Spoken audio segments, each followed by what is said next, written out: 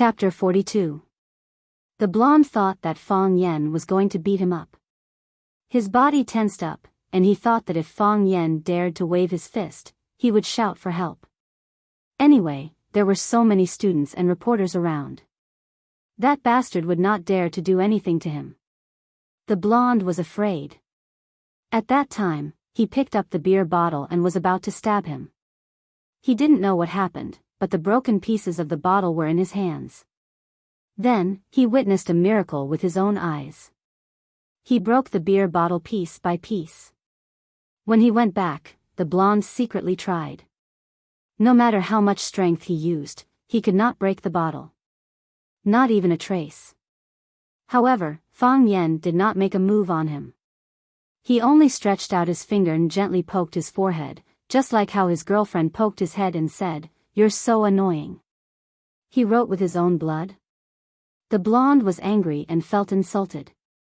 However, when he thought that Li Du had only written and did not do anything to him, his heart felt warm like spring again. He understands me, Blondie thought to himself. There was the excitement of meeting a bosom friend in a drunken mess. That's him. A gangster pointed at Fong Yen and shouted. He's the one who hit my brother. Yes, yes. I saw it with my own eyes. He hit someone. And he's a school teacher. How could he hit someone so casually? Would such a teacher punish the students? The students must be having a hard time, right? Amid the shouting of the gangsters, a few reporters with microphones squeezed over and asked anxiously, "Are you the person involved, Fong Yen? Someone reported you for hurting someone in a bar. Is there such a thing? Are you a teacher at Rosefinch Secondary? Do teachers often go to bars too?" Fong Yen finally understood that Brother Wolf and the others had changed their attack pattern.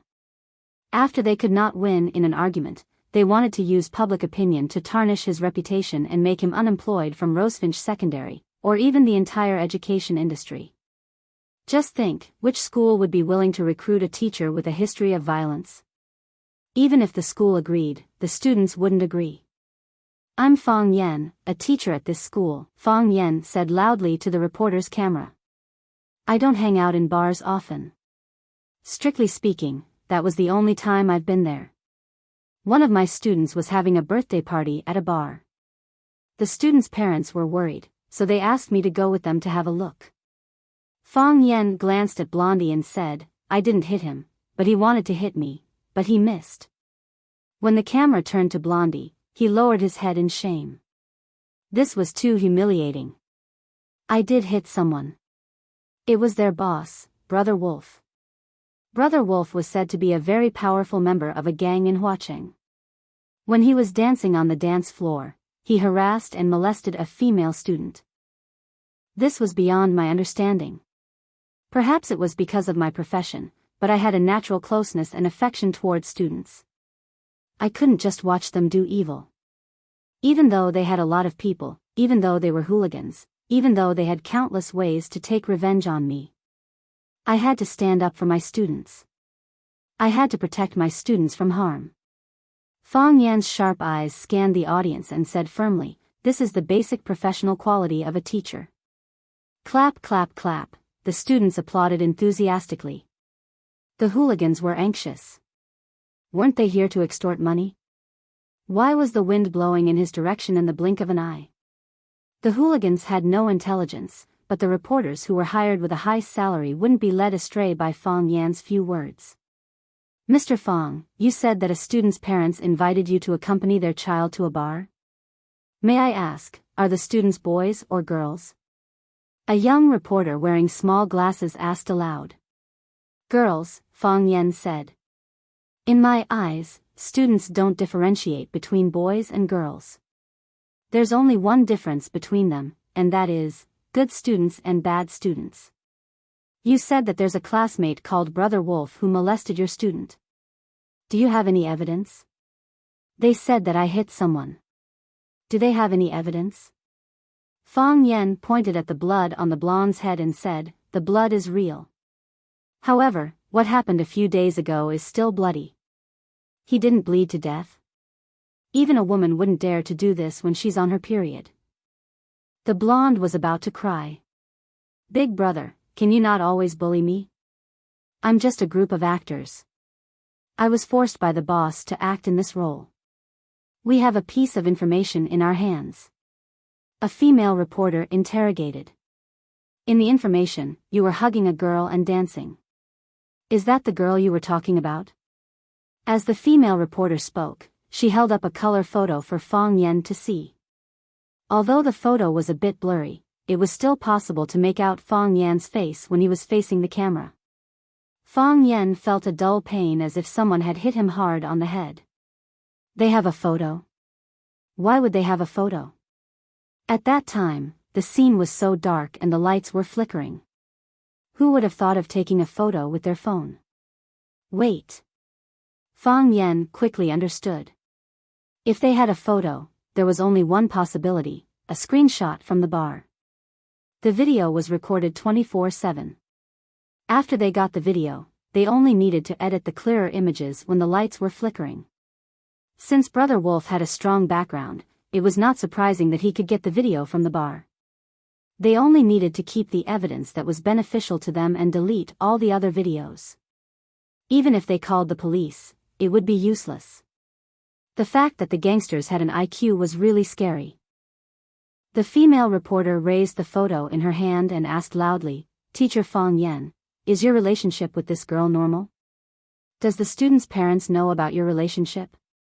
Because Rosefinch Secondary had a strong female leader, Lu Chaoga, no one smoked in the meeting room every time there was a high-level meeting. Those who were of a lower rank than Lu Chaoga did not dare to smoke.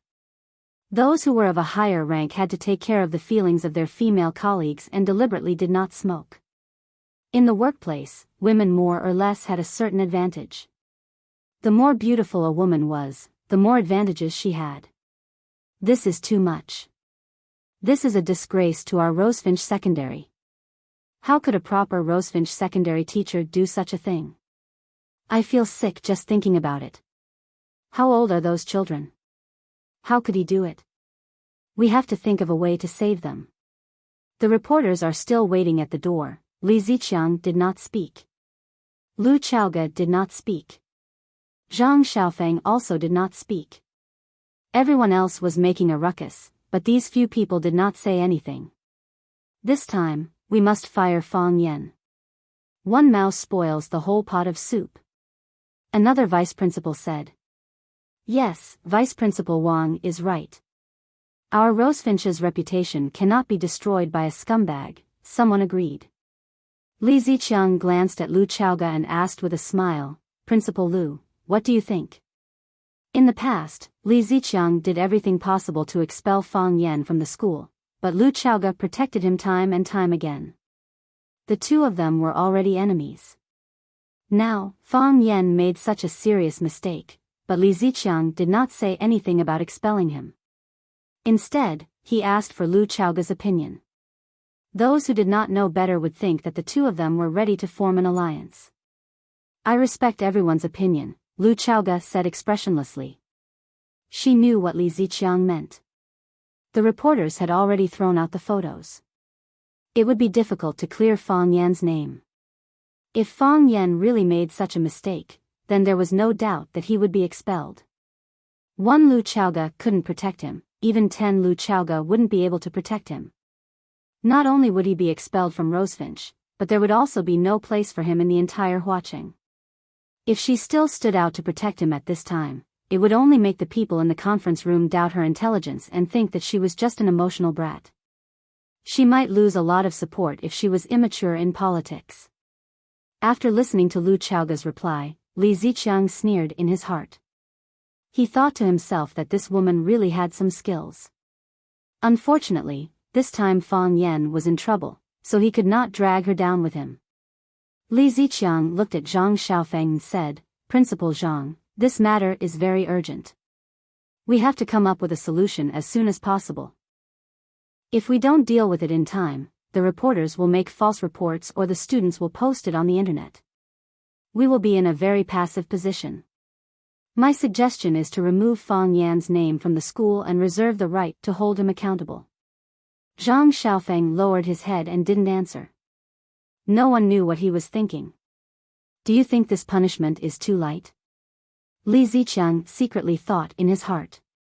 Of course, we have to cooperate with the police to investigate Fang Yan and see which school he brought students to the bar to dance.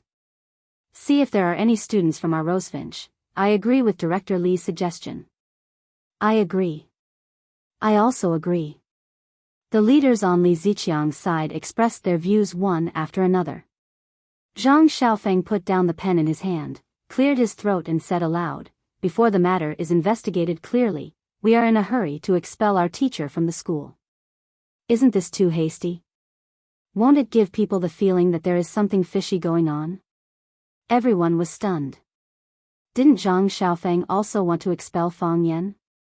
Why did he stand up for Fang Yan now? They looked at Lu Zhaoge in horror. Could it be that the two of them had reached some sort of agreement? If this was the case, it was really hard for them to change the decision made by the principal and the vice principal. However, when they found that even Lu Zhaoge looked at Zhang Xiaofeng with a surprised expression, things may be far more complicated than they thought. What the hell happened? This was the question in everyone's heart. I agree with Principal Zhang's opinion. Lu Zhaoge raised her head and said straightforwardly. Chapter 43. Others laugh at me for being crazy, but I laugh at them for not seeing through me. Looking at Fang Yan sitting in front of her, Lu Zhaoge suddenly thought of Tang Yin's poem. When she really couldn't sleep at night and didn't have suitable books to pass the time, Lu Zhaoge had thought about the boring question of what kind of person her new colleague, Fang Yan, was. He had no respect for his superiors, was audacious, had a sharp tongue, did not follow the rules, never played by the rules, was frivolous, like a hooligan, and was like a third-level hooligan. He matched all the genes that Lu Zhaoge hated the most. However, he knew how to arrange flowers and could trim the breathtaking Stairway to Heaven. He knew potted plants and could express the opinion that art was the heart of the heart. He knew how to recognize good tea and could distinguish its quality at a glance. He was knowledgeable and could recite Laozi's 5,000 characters backwards. He had a sense of innovation and brought students to Sparrow River to learn Farewell to Cambridge again. He was flirtatious and talented. What words should be used to describe such a person? Elegant flirtatious? Lu Zhaoge had admired him, and hated him. He had even thought of expelling him from the school when he repeatedly caused trouble for Lu Zhaoge. However, she had never associated him with the word pervert. His eyes are very clean. This was Lu Zhaoge's first impression of Fang Yan when she saw him. This kind of gaze could only be seen in children. The eyes of adults had long been polluted by society and the world. Therefore, when she saw Fang Yan's eyes, she felt surprised and pleasantly surprised. However, now he was facing the accusation of molesting a female student. Is this true? Lu Zhaoge asked. Yes, Fang Yan said with absolute certainty. There was no hesitation. She even had the photos in her hands, so there was no point in denying it. Besides, he didn't want to lie to Lu Zhaoge. He didn't want to lie to her, just as he knew that she wouldn't lie to him about many things. Why do I have such a feeling? Fang Yan thought about it seriously. Perhaps they were all extremely proud people. Disdain. Yes, he disdained lying. Lu Zhaoge raised her eyebrows slightly and said, "You took girls to a bar to dance?" "You're wrong." Fang Yan laughed. "A girl took me to a bar to dance." Lu Zhaoge frowned even more and said coldly, "Do you think anyone will believe you? Do you believe me?" Fang Yan looked at Lu Zhaoge's delicate and beautiful facial features and asked aloud. Lu Zhaoge's thoughts paused for a moment. She never thought that Fang Yan would ask her such a question. "Do you believe me?" She thought about it seriously, and the answer was yes. She believed. "I believe you," Lu Zhaoge said. "I'm the only one who believes it." "Is that important?" "It's very important." Fang Yan opened his mouth and smiled brightly. "I don't care about people, I don't care about what they're thinking." Lu Zhaoge wanted to ask, "Am I someone you care about?" but she didn't say anything in the end. Because she felt that asking this question would sound like flirting. She was the principal, and he was a teacher. They were colleagues who were superior and subordinate, not in the same bed. There are some things you already know. Fang Yan explained. The school's logistics department refused to assign me a room, so I rented a small room outside. The landlady has a daughter who is in the 3rd grade of No. 1 middle school. She treated me to dinner every night and asked me to tutor her daughter. The landlady's cooking was delicious, and I was really short of money. The temptation was too great, and I couldn't refuse. Why did you go to a bar? Lu Chaoga asked. Tutoring wasn't a problem. There were many teachers at Rosefinch Secondary who taught students outside.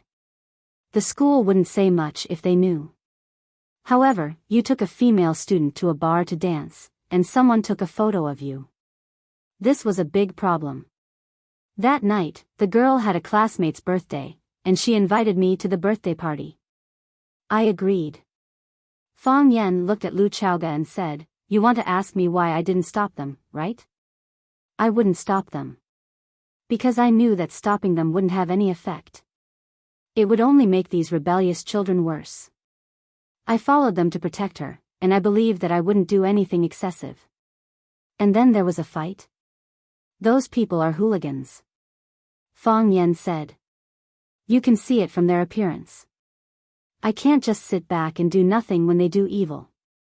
Lu Chaoga's fingers tapped on the table, and she said awkwardly, "The current situation is very bad for you." I understand. Fang Yan nodded. Even if I can prove that those hooligans are hooligans, even if I can prove that those hooligans are savage, I still can't wash away the dirty water on myself. I hugged a female student and danced. This is unforgivable in anyone's eyes. Kill 800 enemies, lose 1,000. That's the kind of person I am. Since you understand everything. Lu Chaoga looked sharply at Fang Yan and said, "You know Principal Zhang Xiaofeng?" Yes. Fang Yan nodded. He was a little surprised at Lu Chaoga's sudden question. Who in Rosefinch Secondary doesn't know him? I mean, do you know him? Lu Chaoga was a little dissatisfied with Fang Yan's answer. She felt that he was avoiding the important point. What do you mean? Fang Yan laughed. You suspect that I'm two-timing? Lu Chaoga's cold face became even colder. She didn't like to be described as a two-timing. Today's meeting was to discuss how to deal with you, Lu Chaoga said with incomparable frankness. I didn't protect you. Principal Zhang spoke up for you. Otherwise, you would have been expelled by the school. Is that so? Fang Yan was stunned. He sent me a girl. That was the only time I had close contact with him. I don't understand why he spoke up for me. Lu Chaoga was silent, as if she was pondering the authenticity of Fang Yan's words. She knew Zhang Xiaofeng's personality very well. He was a guy who played a balanced game between the various forces. It was also because of this that his position as principal was as stable as Mount Tai. He was a sly fox. If there was no personal benefit, he wouldn't side with any side. In a situation where Li Mingxiang's department was trying their best to kick Fang Yan out of the school, he stood out to clearly support Fang Yan. What was the reason? This time, she and Zhang Xiaofeng joined forces to protect Fang Yan. However, she knew very well that they didn't belong to the same camp. There was even a great conflict of views between them. In that case, Fang Yan's position as a chess piece was very important. If Fang Yan secretly sided with Zhang Xiaofeng, or if Fang Yan had a close relationship with Zhang Xiaofeng, she wouldn't hesitate to abandon him. After a long time, Lu Chaoga asked, "What do you think?" "I won't leave." Fang Yan said. "Maybe one day I will leave Rosefinch, but definitely not now." "To prove your innocence?" Lu Chaoga sneered. Such an answer couldn't surprise her. In order to clear their names, many people said high-sounding words but did shameful things. This was human nature. To prove that girl's innocence. Fang Yan said softly. "She's not as bad as those reporters say." When Zhang Xiaofeng pushed open the office door, the room was filled with the fragrance of tea. A young girl in a school uniform raised her slender wrist, holding a porcelain kettle and pouring water into a blue and white cup. Her movements were calm and graceful, as if she had done it hundreds or thousands of times. "Uncle Zhang, you came back at the right time. The second tea has just started to taste." The girl smiled sweetly. Zhang Xiaofeng put the folder in his hand on the desk and ran to the sink to wash his hands. Then, he walked to the sofa in front of the girl and sat down. He said reproachfully, "How can you let Etienne make tea here? Don't you have a secretary? If you want tea, ask the secretary to make it for you. Uncle Zhang, you helped me so much. I can't repay you, so I can only make you a cup of tea." Qin Etienne said indifferently. "The tea is Uncle Zhang's tea, and the water is Rosefinch's water. Uncle Zhang, you won't blame me for being stingy, right?" "Why would I?" Zhang Xiaofeng waved his hand. "Not everyone has the fortune to drink tea personally brewed by Etienne." Zhang Xiaofeng picked up the teacup in front of him and took a sip.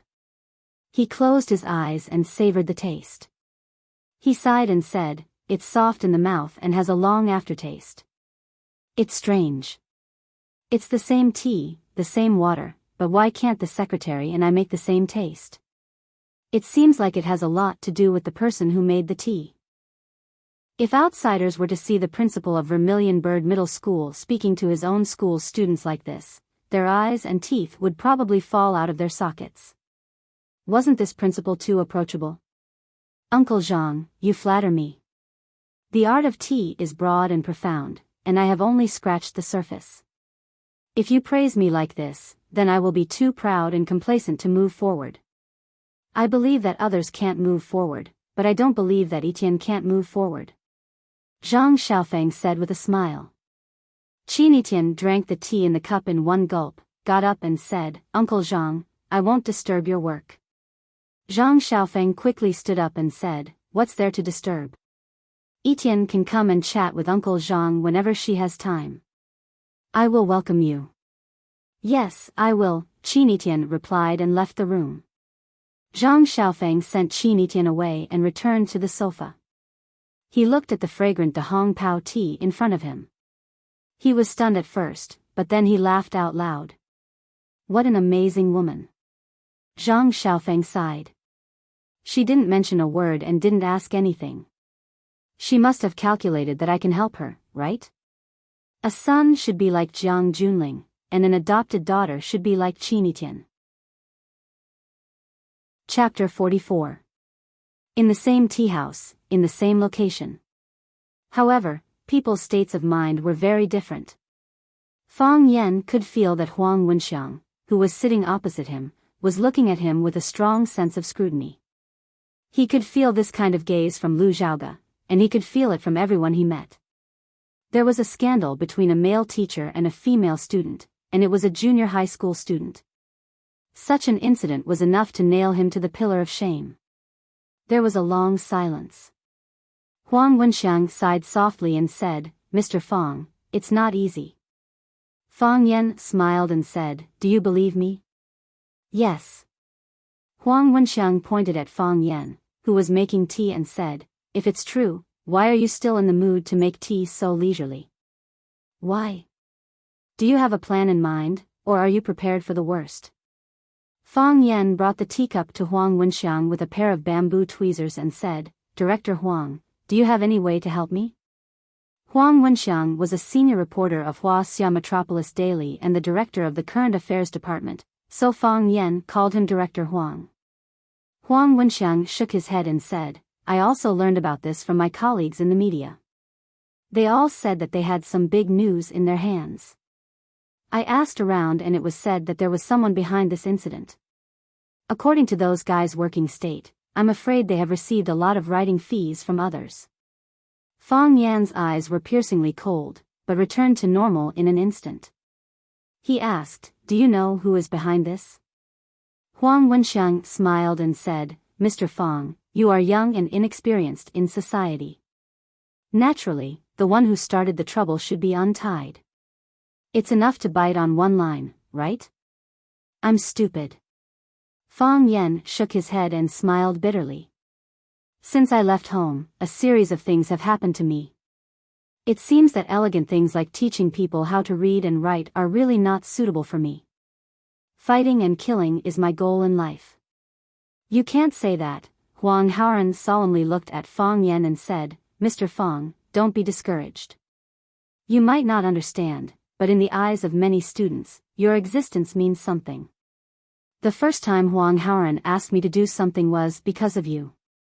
Huang Haoran took a poem that you commented on and recited it over and over again. Huang Haoran was full of praise for your teaching methods and is still trying hard to recite Tao Te Ching backwards. All of this changed after you became a teacher at Vermilion Bird Middle School. In the past, his pride made me proud, and now, his humility made me proud. As a father, I want him to be a humble and cultured person, not a cultured but arrogant person. Huang Haoran told me that he looks forward to language classes every day because you surprise them every class. Huang Wenxiang looked at Fang Yan sincerely and said, I also look forward to the countless surprises you bring to Huang Haoran and countless Huang Haoran. Fang Yan didn't expect Huang Wenxiang to suddenly confess to him. He could feel Huang Wenxiang's sincerity towards him. He could feel Huang Wenxiang's respect for this seemingly incompetent teacher of his. Fang Yan was really touched. I will take care of this matter, Fang Yan said. They think I'm a good teacher, but I don't know if I can be what they think I am. At least, I can't be a bad teacher. I'll talk to my colleagues in the media, and I'll also meet with the education department. Without sufficient evidence, maliciously reporting a love affair between a teacher and a student will have a very negative impact on society as a whole. It will also have a serious impact on the reputation of the teacher and the student. If it's not handled well, it might ruin the student's life. We must be careful with this kind of thing, Huang Wenxiang said. What else can I help with? You don't have to be polite with me. Leave the rest to me. Fang Yan smiled. You're right. Whoever started the trouble needs to untie it. The bald man was very cautious. After coming out of the hospital, he scanned his surroundings. He didn't find anyone suspicious before walking quickly towards a white Volkswagen. He opened the door and got in. The car slowly drove out of the hospital compound. Fang Yan's head appeared at the window of a black van. He pointed at the Volkswagen with the tail number 098 and said, Master, please follow them. No problem, the skinny driver agreed readily and quickly started the car. As long as it's a prey that I, One Sword Peak Racing God, have my eyes on, don't even think about escaping from me. Brother, please remind me, which way did the car turn? The convenience store on the left, Fang Yan said in a bad mood. This One Sword Peak Racing God was too lame. Oh, that kid is playing ambush. Oh, he's going to buy cigarettes. One Sword Peak Racing God reached for the cigarette box and threw it back. He laughed and said, I almost forgot, little brother, you don't smoke. Smoke by yourself. Don't worry about me, Fang Yan said. That won't do. One Sword Peak Racing God shook his head. If you don't smoke, I'll smoke by myself. Isn't that letting you inhale my secondhand smoke? We unlicensed drivers also have professional qualities. Fang Yan decided that he would never talk about professional qualities with others again. The Volkswagen started again, and the van followed closely behind. Brother, are you a detective? What? Fang Yan was stunned. I specialize in investigating cases of husbands keeping mistresses and mistresses, cheating and whatnot, One Sword Peak Racing God said with a smile. Just like Detective Conan. Detective Conan also investigates cheating? I think so. One Sword Peak Racing God was not very sure. You do this kind of job? It sounds very mysterious. You actually guessed it. Fang Yan admitted it. The reason he admitted was because he did not want One Sword Peak Racing God to ask more questions. He pointed to the Volkswagen owner in front and said, that guy's mistress hired me to find out if he went back to have dinner with his wife tonight. Are you really a detective? Are you still hiring? It depends on your performance. Just watch. One sword peak racing god stepped on the gas, and the van rushed toward the Volkswagen. Slow down, and be careful. Fang Yan quickly reminded. The van stopped in front of a nightclub called Yulong. Fang Yan looked at the rows of white thighs in front of the nightclub and frowned again. He was not familiar with this kind of place. Do you need help? One sword peak racing god asked. Not for the time being. Fang Yan paid the rest of the fare and said, leave a business card and wait for the interview notice. Good. I'm on call. One sword peak racing god was very excited. You don't know, but I admire Detective Conan. Bang! Fang Yan had already opened the door of the van and strode toward the entrance of Yulong nightclub. When he was about to reach the door, he put the phone in his hand to his ear and said loudly, Mr. Wang, I'm going up. You drink first, don't wait for me. I understand, we won't go back until we are drunk tonight. When the manager saw the guests, she quickly came to greet them. Fang Yan waved his hand at her, and she immediately retreated. It seemed that this was a regular customer of Yulong nightclub, and a friend had already booked a private room. The bald man was waiting for the elevator, accompanied by a girl in a red cheongsam. The two seemed to be very familiar with each other. The bald man made some touching gestures, and the girl just pushed him away, but she was not angry. Fang Yan put the phone in his pocket, walked behind the bald man, patted him on the shoulder, and shouted, Brother Bald. The bald man turned around and saw Fang Yan standing behind him with a face full of horror. When he opened his mouth to speak, he found that his shoulder was in pain. The pain was so painful that he could not speak and could not breathe smoothly. In the blink of an eye, there were dense beads of sweat on his forehead. Fang Yan used the golden bell mysterious finger to press the Mingmen point on the bald man's shoulder and said with a smile, Brother Bald, are you also looking for Brother Wolf? Brother Wolf called me and asked me to come here to see him. The woman in the cheongsam saw the handsome Fang Yan, and her eyes immediately became bright. She asked with a smile, this handsome guy is unfamiliar? First time here? Do you know Brother Da? Yes. The bald man and I have been good brothers for many years, Fang Yan said with a smile. The woman pinched the bald man's arm and said, Brother Bald is really not good enough. He has such a handsome friend and he did not bring him to play. He is afraid that you will play me bad, Fang Yan said with a shy smile. How can that be? What kind of people does Brother Bald think we are? The girl said coquettishly. We will treat you well. The elevator arrived, and the girl rushed into the elevator and directly pressed the number 3. Fang Yan knew that his guess was right. Brother Wolf was in the Yulong nightclub, and the room they were in should be on the 3rd floor. The bald man only felt that his body was weak, and he did not even have the strength to walk. He wanted to sit on the ground, but Fang Yan's hand lightly rested on his shoulder, as if it was his life. His body was completely out of his control. When he was in pain, his old lover was flirting with Fang Yan, which made his body even more uncomfortable. Bitch, see how I will deal with you later, the bald man cursed in his heart. The elevator stopped on the 3rd floor, and the cheongsam girl led the way. The music was loud, and rows of long-legged girls were led by the manager in black uniforms to different rooms.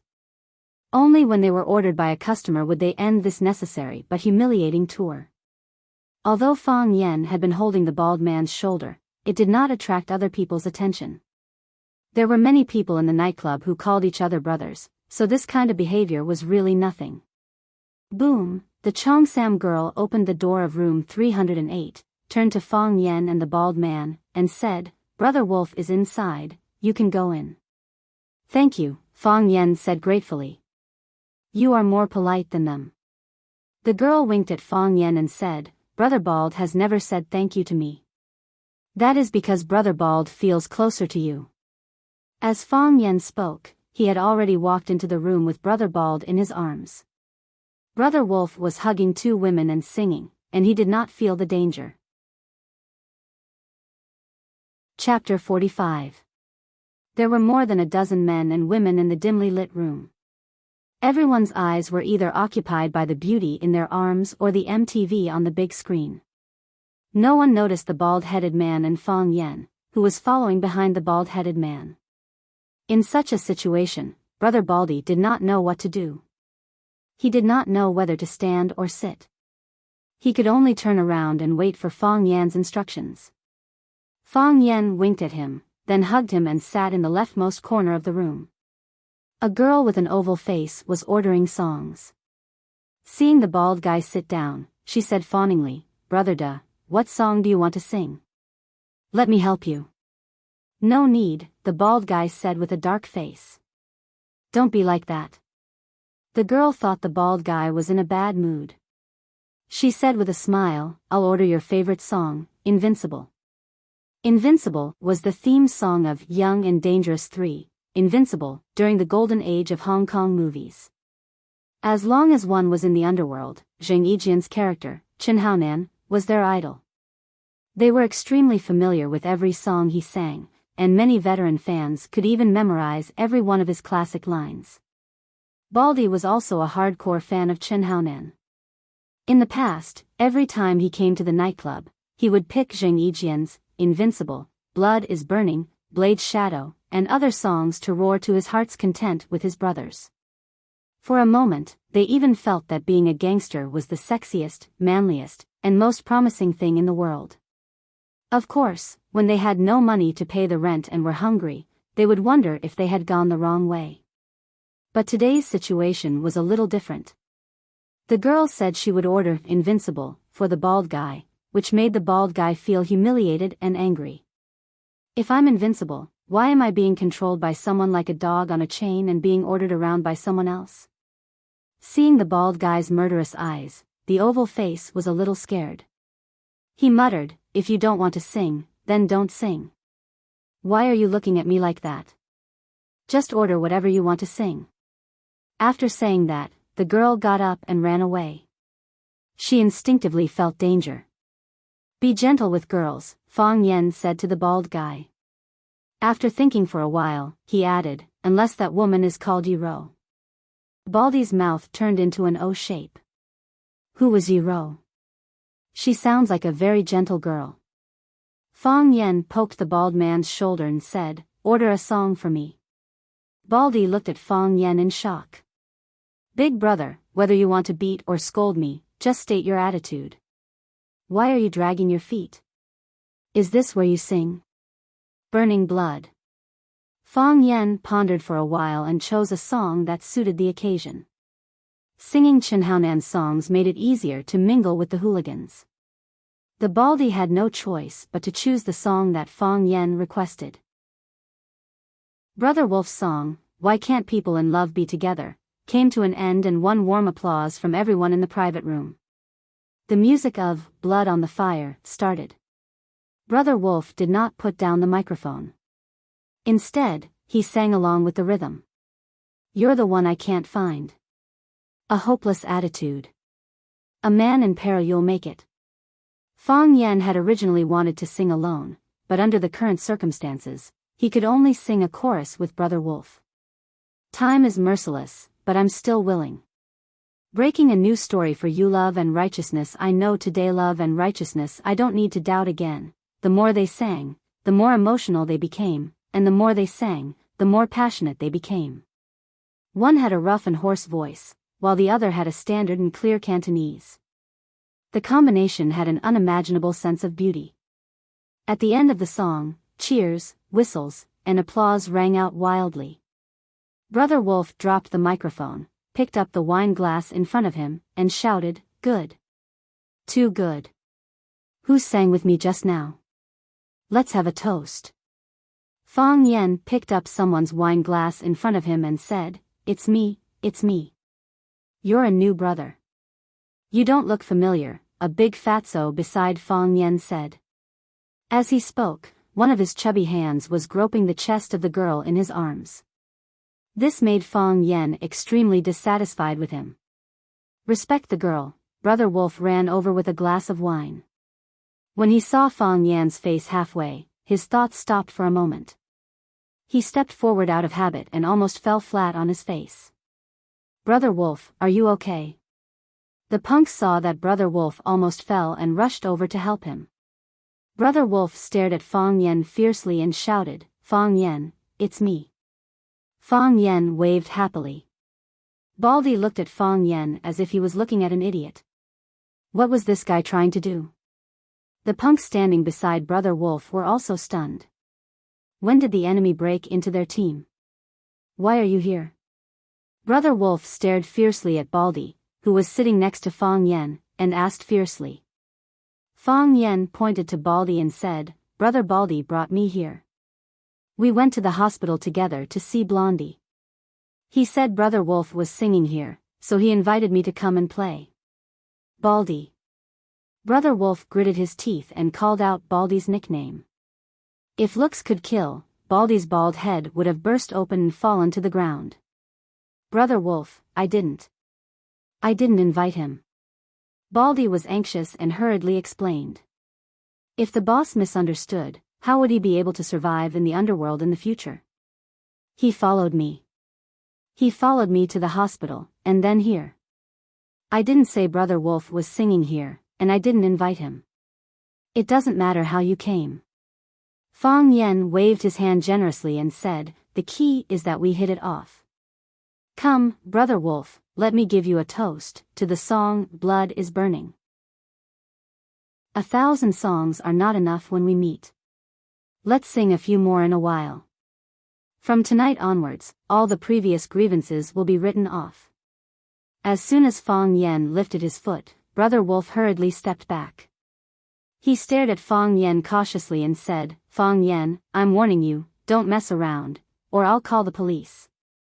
Call the police? Fang Yan was so angry that his balls were cramping. Your father is a gangster, okay? You're AF * king gangster, okay? You're black and the police are white. Black and white are incompatible. You're enemies. How can you call the police? In a society governed by law, do you still have professional ethics? Seeing Fang Yan's expression change instantly, Brother Wolf became even more cautious. He stood in the middle of a group of gangsters and shouted, Fang Yan, get out quickly. You're not welcome here, I'm not leaving, Fang Yan said. I won't leave even if you hit me. Unless you tell me that our previous grievances are written off. Fang Yan had come to look for Brother Wolf to solve the problem. The problem had not been solved. Everyone had not shook hands, drank a glass of wine together, smashed the glass and hugged each other. You punch my chest and call me an Iron Man. I punch you and call you a good brother. Then, you punch my stomach and call me a life for a life from now on. I kick your crotch and call you a motherf * cur. Brother Wolf was about to cry. Only an idiot would hit you. You're a human trap. Do you think we don't know that? Brother Wolf, who is this kid? Brothers, F * CK this guy up. Coming to our Master C's place to behave atrociously. I think you don't want to see the sun tomorrow. Brother Wolf, let's call the police. In the private room, there were a few people who saw Fang Yan for the first time. Therefore, they did not know how good he was and were prepared to report his name to scare him away or ask their brothers to beat him up. However, the men brought by Brother Wolf who had dealt with Fang Yan before were all in favor of the suggestion of calling the police. If he was not heartbroken, who would step on his dignity? You guys sing, Fang Yan said casually. He waved to Brother Wolf and said, Brother Wolf, come here. Let's have a good talk. Brother Wolf did not move. He was afraid that he would fall into the wolf's mouth again. Fang Yan sneered and said sarcastically, What? The famous Brother Wolf in Jianghu was so daring? I think you should change your nickname. Don't call me Brother Wolf in the future. Brother Mouse is more suitable. You're going too far. Brother Wolf was provoked and shouted with a red face, What do you want to talk about? Why do you want to frame me? Fang Yan asked. He had always been a very frank and straightforward man. I don't know what you're talking about, Brother Wolf denied. Let me give you a lesson, Fang Yen said. I was taken to a bar by my students to sing, and you made a move on my students on the dance floor. Was the first round your fault? As a teacher, of course, I can't watch my students be bullied by hooligans. Don't be angry, aren't you a hooligan? At that time, you were shouting that men are not hooligans and women are not crazy, right? I asked you to apologize, but you didn't want to. Then you challenged me to a duel. I beat you up. You molested my female students, and I beat you up. This second round, we're even, right? Brother Wolf did not read much, but he still felt that he had been fooled by Fang Yen. How could things be settled like this? 2 days ago, you brought some people to the gate of Rosefinch Secondary and waited for me. We had a good talk and shook hands. Although you don't deserve to be my friend, I thought that the past was written off. In the end, you did this to me. Why did you ask people to carry Blondie who was smeared with human blood to the gate of my school? Why did you ask those reporters to come? Do you want to ruin my reputation? Do you want to kick me out of school? Immature, Fang Yen said with a sigh. The way you deal with the problem is too immature. Think about it, if I lose my job, what will I do? A hooligan. If I become a hooligan and am no longer bound by school and moral standards, do you think you will have a good life? Brother Wolf was shocked. Listening to Fang Wei's analysis, it seemed that he had indeed made a very serious mistake. If the guy in front of him became a hooligan, wouldn't all hooligans have to turn over a new leaf? Chapter 46. Do you think we are enemies or opponents? No, we are friends, not to that extent. However, we are definitely not enemies. I will be my teacher, and you will be your hooligan. From now on, we will mind our own business. Let's go. Fang Yen waved his hand and looked at Brother Wolf with a kind face. It was as if a grandmother wolf was looking at her own child. Take Blondie back and say hello to those reporters. Then, write me a letter of apology. Tell them that when you were harassing the female students in the bar, I acted bravely for a just cause, and that you held a grudge against me for taking revenge. Those photos were photoshopped by you. After my painstaking education, you finally realized your mistakes and decided to turn over a new leaf. You'll become a good hooligan with ideals, morals, and goals. You won't slander others for no reason. Fang Yen thought for a moment and said, it doesn't matter if you write the wrong words. The more the wrong words, the more it proves that this letter of apology is written by you. Everyone will forgive you. Who would criticize a hooligan for writing the wrong words? Brother Wolf's throat moved, but he could not say a word. Before meeting Fang Yen, he never knew that he was a man who could not speak. Brother Wolf did not speak, and the hooligans did not speak either. They were still waiting for their boss to make a decision. Since we are so familiar with each other, just say what you want to say. Don't have any scruples, Fang Yen said with a smile. No way, Brother Wolf said. No way. Why not? Because. Brother Wolf had something difficult to say. Originally, he also wanted to keep the peace. It was fine to suffer a loss and lose face. Who asked them to beat others? However, his boss, Master Qing, intervened in this matter and told them to make the matter bigger and ruin Fang Yan's reputation. How could he stop just because he said so? People in the pugilistic world have no choice. He deeply understood the weight of this sentence. Brother Wolf said no means no. Why the f*ck do you have so much nonsense to say? Big Fatso, who was sitting next to Fang Yen, scolded angrily. Do you know where you are? Do you know whose turf this is? Do you believe that I'll get someone to break your legs and throw you out? They were really too rude. Even a stray cat or dog dared to run in front of them and make noise. Pa! Fang Yen raised his arm and splashed the glass of beer on Fatso's face. The champagne-colored liquid soaked her hair and flowed down her cheeks, filling the room with the fragrance of malted wheat. Little bastard, how dare you splash it on me? Fatso was furious. He pushed the woman in his arms away, grabbed the wine bottle on the table, and smashed it at Fang Yan's head.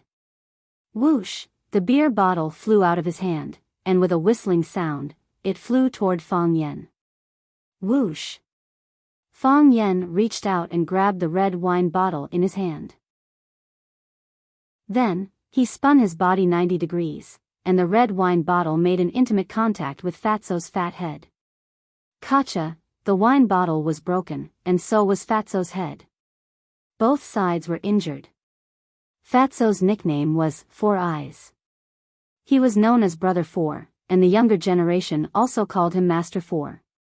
He was the owner of the Yulong nightclub, and he was also a person who made his debut at the same time as Brother Wolf. Tonight, Brother Wolf came to Yulong to spend, and as an old friend, he naturally came to accompany him. He did not expect his luck to be so bad that someone actually came to his territory to make trouble. A fight broke out at the slightest disagreement. Fatso was indeed a person who had seen big scenes. He was hit on the head and was dripping with blood, but he still stood there as steady as Mount Tai. Cripple him. Fatso covered his head with his hand and roared angrily. The boss was injured, and the lackeys around the boss naturally had to take revenge for him. Without waiting for Fatso's order, two of the lackeys rushed towards Fang Yan with a beer bottle and a knife. Like wolves and tigers. Fang Yan stood still and turned in a circle with his left foot as the center. He turned to the left and just happened to avoid the attack of the beer bottle. He stretched out his hand and grabbed the guy who was regarded as the trump card by the gangsters. He turned to the right and just happened to avoid the stab of the dagger in his chest. He stretched out his hand again and grabbed another hooligan in his hand. The two struggled with all their might, but they could not escape from Fang Yan's grasp. A sky full of spinning tops. Fang Yan pulled their arms and spun them together. After 3 circles, the two could no longer keep up with Fang Yan's speed. Their feet left the ground and they were dragged into the air by Fang Yan. Go. As Fang Yan spoke, he had already let go of them. The two gangsters screamed and flew towards where Brother Wolf was standing. Bang! Brother Wolf and his men reached out to catch them, but the power of Tai Chi on the two gangsters was not completely removed, and a large number of them were smashed and injured. The gangsters lay on the ground screaming and groaning. Fang Yan walked to Brother Wolf with a smile and said, "Can we talk now?" Brother Wolf looked at Fang Yan in horror and said, I can't promise you." "You mean, no matter what I do today, you will insist on tarnishing my reputation and driving me out of school, right?" Fang Yan asked with a serious face. "I have no choice," Brother Wolf said in a low voice. "The leader has come forward. What can I do?" "You have no choice but to do evil." Fang Yan sneered. "It seems that you also have unspeakable difficulties. Should I forgive you? Even if you ruin my reputation and make me miserable?" This guy's words are really mean. Brother Wolf thought in his heart. "You also know that I am a very easy person to talk to. If you can't talk to me, I will beat you up," Fang Yan said in an unfriendly tone. "It seems that we can't talk to each other." "I really can't do it," Brother Wolf said. "This matter is no longer under my control." "Under whose control?" Brother Wolf did not speak. How would he dare to betray his own boss? Fang Yan rushed over quickly and punched Brother Wolf in the chest. Brother Wolf saw Fang Yan's movement clearly and also reached out to block. It was empty. His hand was empty, and his eyes deceived him. Bang! He received a solid punch in the chest, as if he had been hit by a big bell. There was a fishy taste in his throat, and there was a liquid that wanted to spurt out, but was suppressed by something. Like a sprout that was about to break out of the ground, it tried its best but could not break the stone on top of its head. After Fang Yan touched Brother Wolf's body, Brother Wolf became a human sandbag. The Tai Chi entanglement formula was used. Whether Brother Wolf rushed forward or retreated, there was no way to escape from Fang Yan's control. Fang Yan was the blue sky, and Brother Wolf was the stars. Fang Yen was the sea, and Brother Wolf was the boat. Fang Yen punched and kicked, and dozens of unique skills were displayed on Brother Wolf's body. When he finished, Brother Wolf's body could no longer stand, and he lay on the ground shakily. Pfft! The blood that had accumulated in his chest was finally spat out, and Brother Wolf felt a sense of relief. Too tired, Brother Wolf thought in his heart. The men and women in the private room were silent, and everyone looked at the scene in front of them in horror. Who was Brother Wolf? He was a famous gangster in Huacheng. Who was Fatso? He was the big boss of the Yulong nightclub. In the past, they were so high and mighty.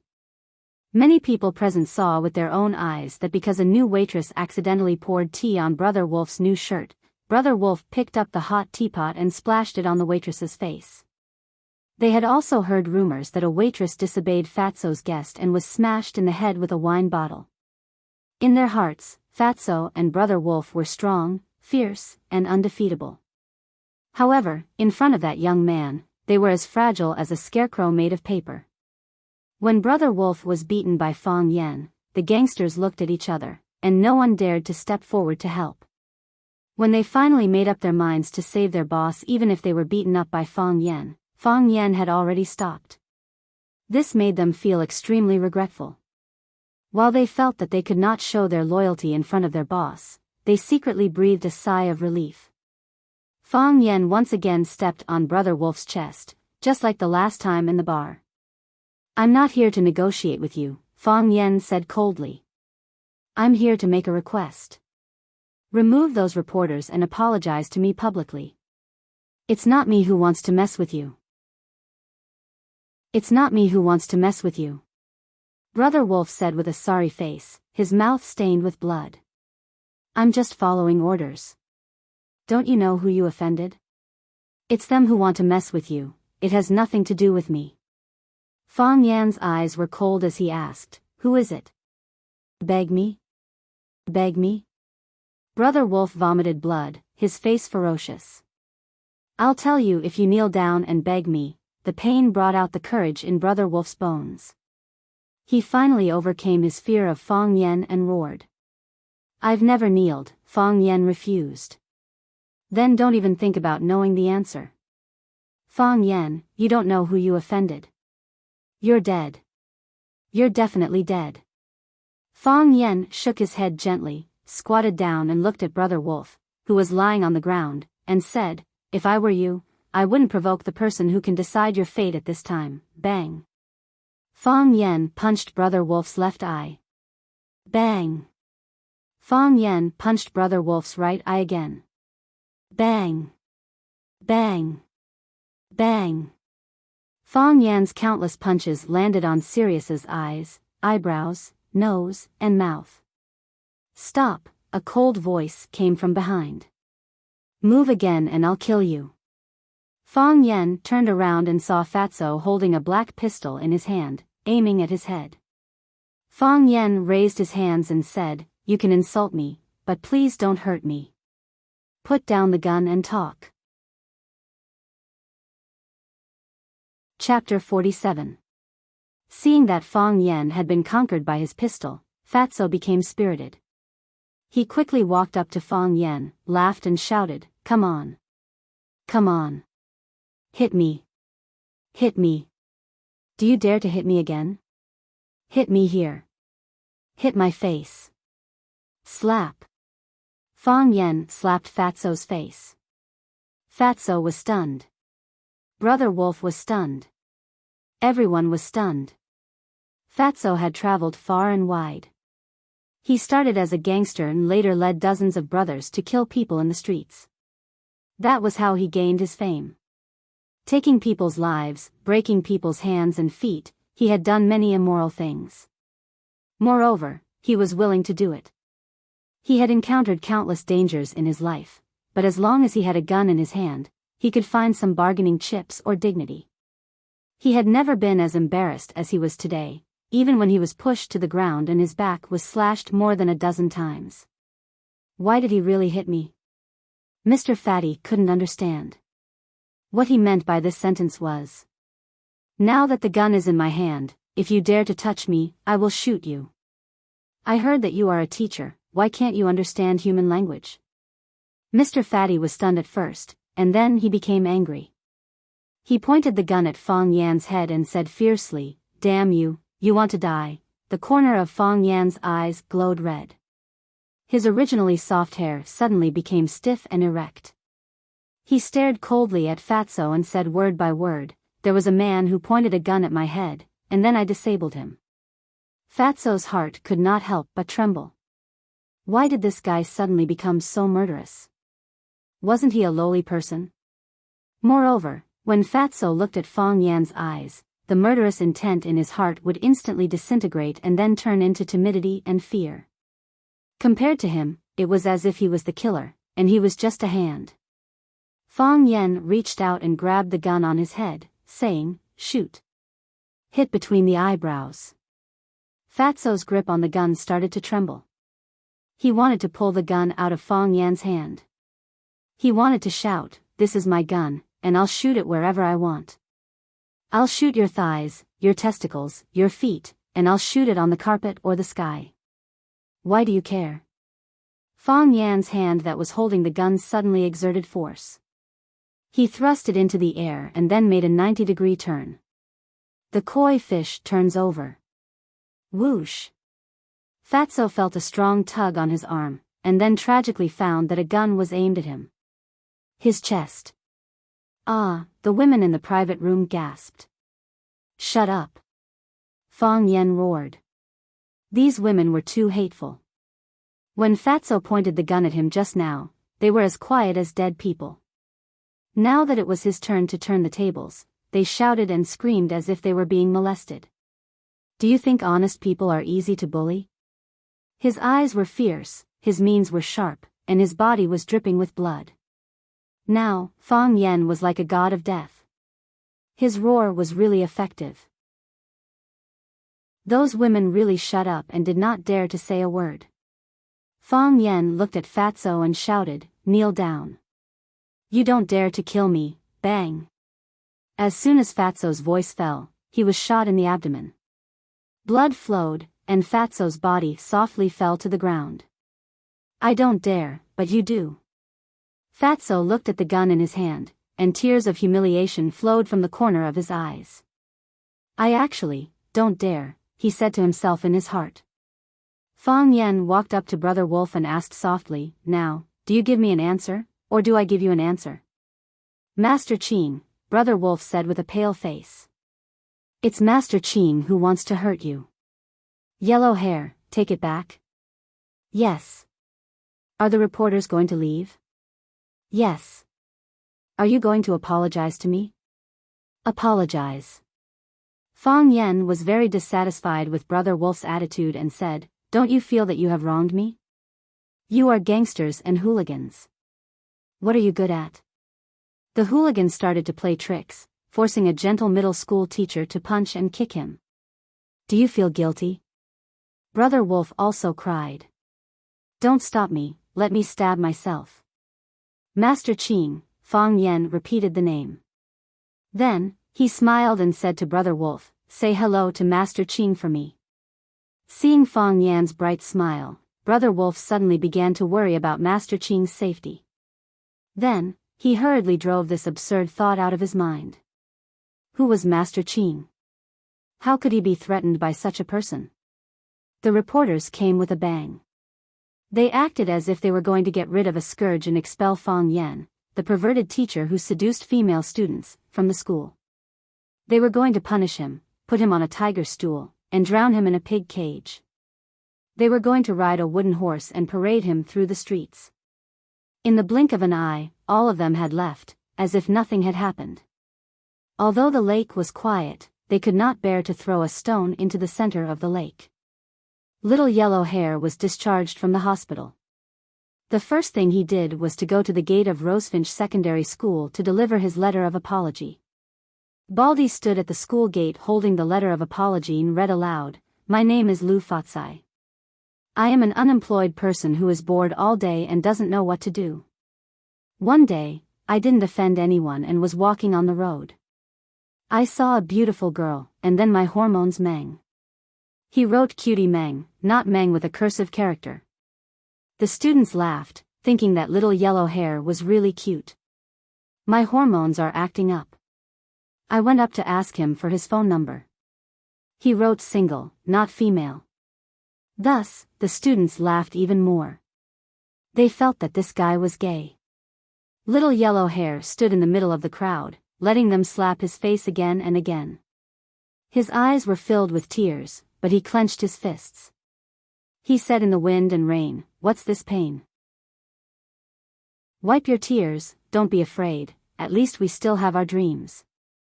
He said in the wind and rain, "What's this pain? Wipe your tears, don't ask, why?" He was a man determined to become the king of hoodlums.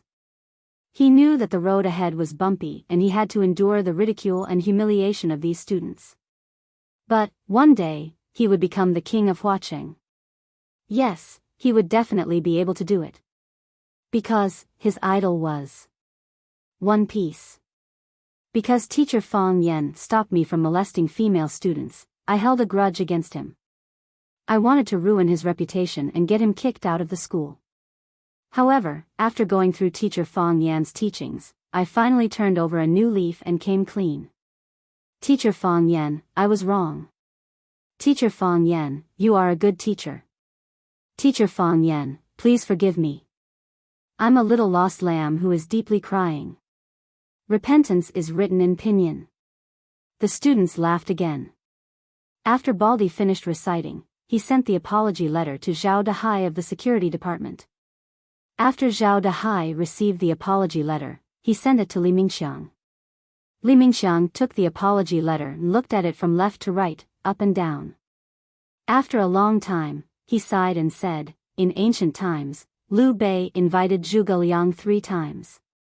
Today, we invited Fang Yan 3 times. We didn't manage to invite him 3 times. Because of Baldi's act of reading a letter in front of the Vermilion Bird Gate, the news of Blondie apologizing to Fang Yan quickly spread throughout the school. Did you hear? Teacher Fang Yan was wronged. Yes. I heard that the hoodlum wanted to molest the students, but was stopped by teacher Fang Yan. That's why they ran to the school gate and made a ruckus. I heard that teacher Fang Yan even hit him. He's good looking and can even hit a hoodlum, so handsome. The happiest were the students of class 9. Their feelings towards Fang Yan were very complicated. After a short period of contact, they all knew that Fang Yan was a humorous and talented teacher. However, this teacher's ability was as outstanding as his ability to cause trouble. They liked him and wanted him to stay and teach.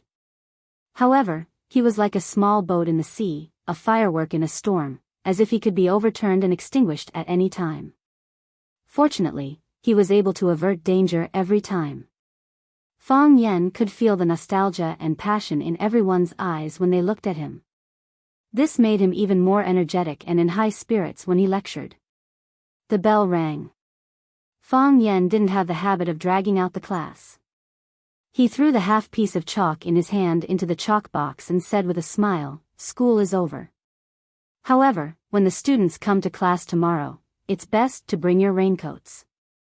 "Teacher, is it going to rain tomorrow? Is it a prop for class?" "It must be." "Mr. Fang, what are we learning tomorrow?" Fang Yan smiled and didn't answer. He waved his hand and said, "Goodbye." Fang Yan sent the textbooks to the office, packed up and prepared to go home. When he walked to the school gate, he found 2 girls waiting for him anxiously. Seeing Fang Yan coming out, the 2 little girls quickly ran towards Fang Yan. One ran fast, and the other ran even faster. The other saw that her friend dared to overtake her, and then her legs ran even faster. No one was willing to admit defeat, and no one was willing to be outdone by the other. They rushed towards him at the speed of a 100-meter sprint, which scared Fang Yan so much that he turned around and walked towards the security room at the school gate. "Fang Yan!" Jiang Qin shouted. "Mr. Fang!" Yuan Lin's voice was also very sweet and delicate. Fang Yan had to stop and desperately gestured to the 2 girls, which meant that they would meet at the bus stop and not let people see that they were very familiar with each other. As soon as the storm subsided, the two female protagonists came to find him. Wasn't this a confession without being pressed? Mr. Fong, you're home? Baldy stood at the entrance of the security room with a large plastic teapot in his hand. He grinned at Fong Yen and greeted him with a smile. Hey, these two students. Aren't they the ones in the photo?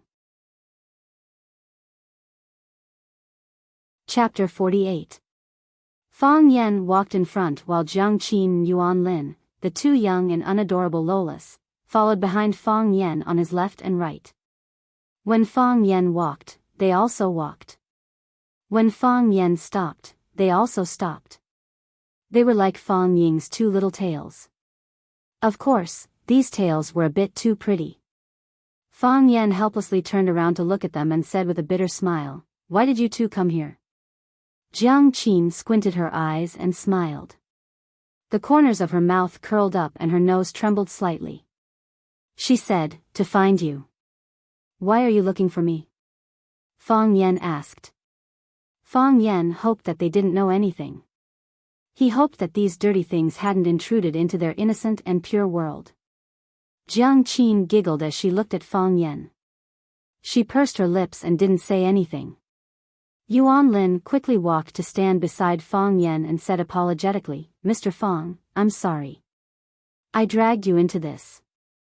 Looking at the girl's delicate and white face, seeing the fear and worry in her eyes, Fong Yan's heart softened. He said, "This matter has nothing to do with you. How is it not related to me?" Yuan Lin shook her head. The hair that had just covered her ears also swayed like a black wave. "When they bullied me, if you didn't stand up for me, why would those bad guys take revenge on you? It was because of me. If it wasn't because of me, you wouldn't have been harmed like this." "I'm fine." Fong Yen couldn't help but rub the girl's curly hair. He said with a smile, "Look, am I not fine now? What's wrong with me?" "But..." The girl opened her eyes wide and thought for a moment. She said, "Is there really nothing wrong?" "No." Fong Yen shook his head firmly. "There's nothing wrong. There's no difference between school and school as usual." Standing on the other side, Jiang Qin stared into Fong Yan's eyes and said, "Those reporters came to our school, to Jiang Qin, and to me, to ask us about our relationship with you. I told them that you were our tutor. You're our tutor after all. Am I right? I'm not lying." Sure enough, they found Jiang Qin and Yuan Lin. However, this was not surprising. Since they could find him among the teachers of so many schools in such a short period of time, how difficult would it be to find these two girls? At that time, a large group of students from number 26 middle school followed Jiang Qin and Yuan Lin to the bar. As long as those hoodlums were familiar with one of them, the truth about the others would come to light. "They didn't make things difficult for you, did they?" "No," Yuan Lin said. "They just kept asking about the relationship between Jiang Qin and you. They also said that they took photos of Jiang Qin and you hugging and dancing together." Jiang Qin giggled and said, "I said I didn't believe it and asked them to show me the photos, but they didn't agree. I don't know if the photos are good or not." Fong Yen was quite speechless. At this time, he still had to consider the difficult problem of other people's photography skills. But she didn't take the photos well. It didn't show the cleverness and beauty in her eyes, but made him look handsome and outstanding. Yuan Lin rolled her eyes and was very dissatisfied with Jiang Qin's behavior. "We both insisted that you are our tutor. They couldn't ask anything, so they had to leave. However, I heard that the questions they asked were very unfavorable to you. They seemed to be deliberately targeting you." Fong Yen looked at Yuan Lin in surprise and thought that this girl's mind was quite sharp. Those reporters indeed wanted to discredit him, but they were behind it by the person called Master Qing. "Did they look for you guys again after that?" "No," Jiang Qin said. However, this matter still spread in the school. Now Yuan Lin and I are both famous in the school, although we were famous in number 26 middle school before. How famous. They all said that Yuan Lin and I are fighting for a teacher's boyfriend. Jiang Qin curled her lips. Those little brats, what do they know? You are also a little brat, Fang Yan said. I am not. Jiang Qin hated being called little brat. How am I little? I am not little either. Yuan Lin didn't want to be outdone. Fang Yan saw the students coming and going, looking at them curiously. He didn't want to be entangled with these two girls, so he said, this matter is over. You don't have to worry at all. He had to focus on his studies. School is over, go home quickly. Don't worry your parents. Fang Yan waved at them and walked quickly to the bus stop. Jiang Qin and Yuan Lin looked at each other and followed behind Fang Yan to the bus stop. Seeing the two little tails appear again, Fang Yan had a headache. He looked at Jiang Qin and Yuan Lin and said, didn't I tell you to go home? Why are you following me? I am going home.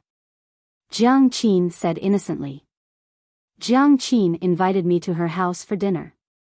Yuan Lin giggled, showing two cute dimples on her face.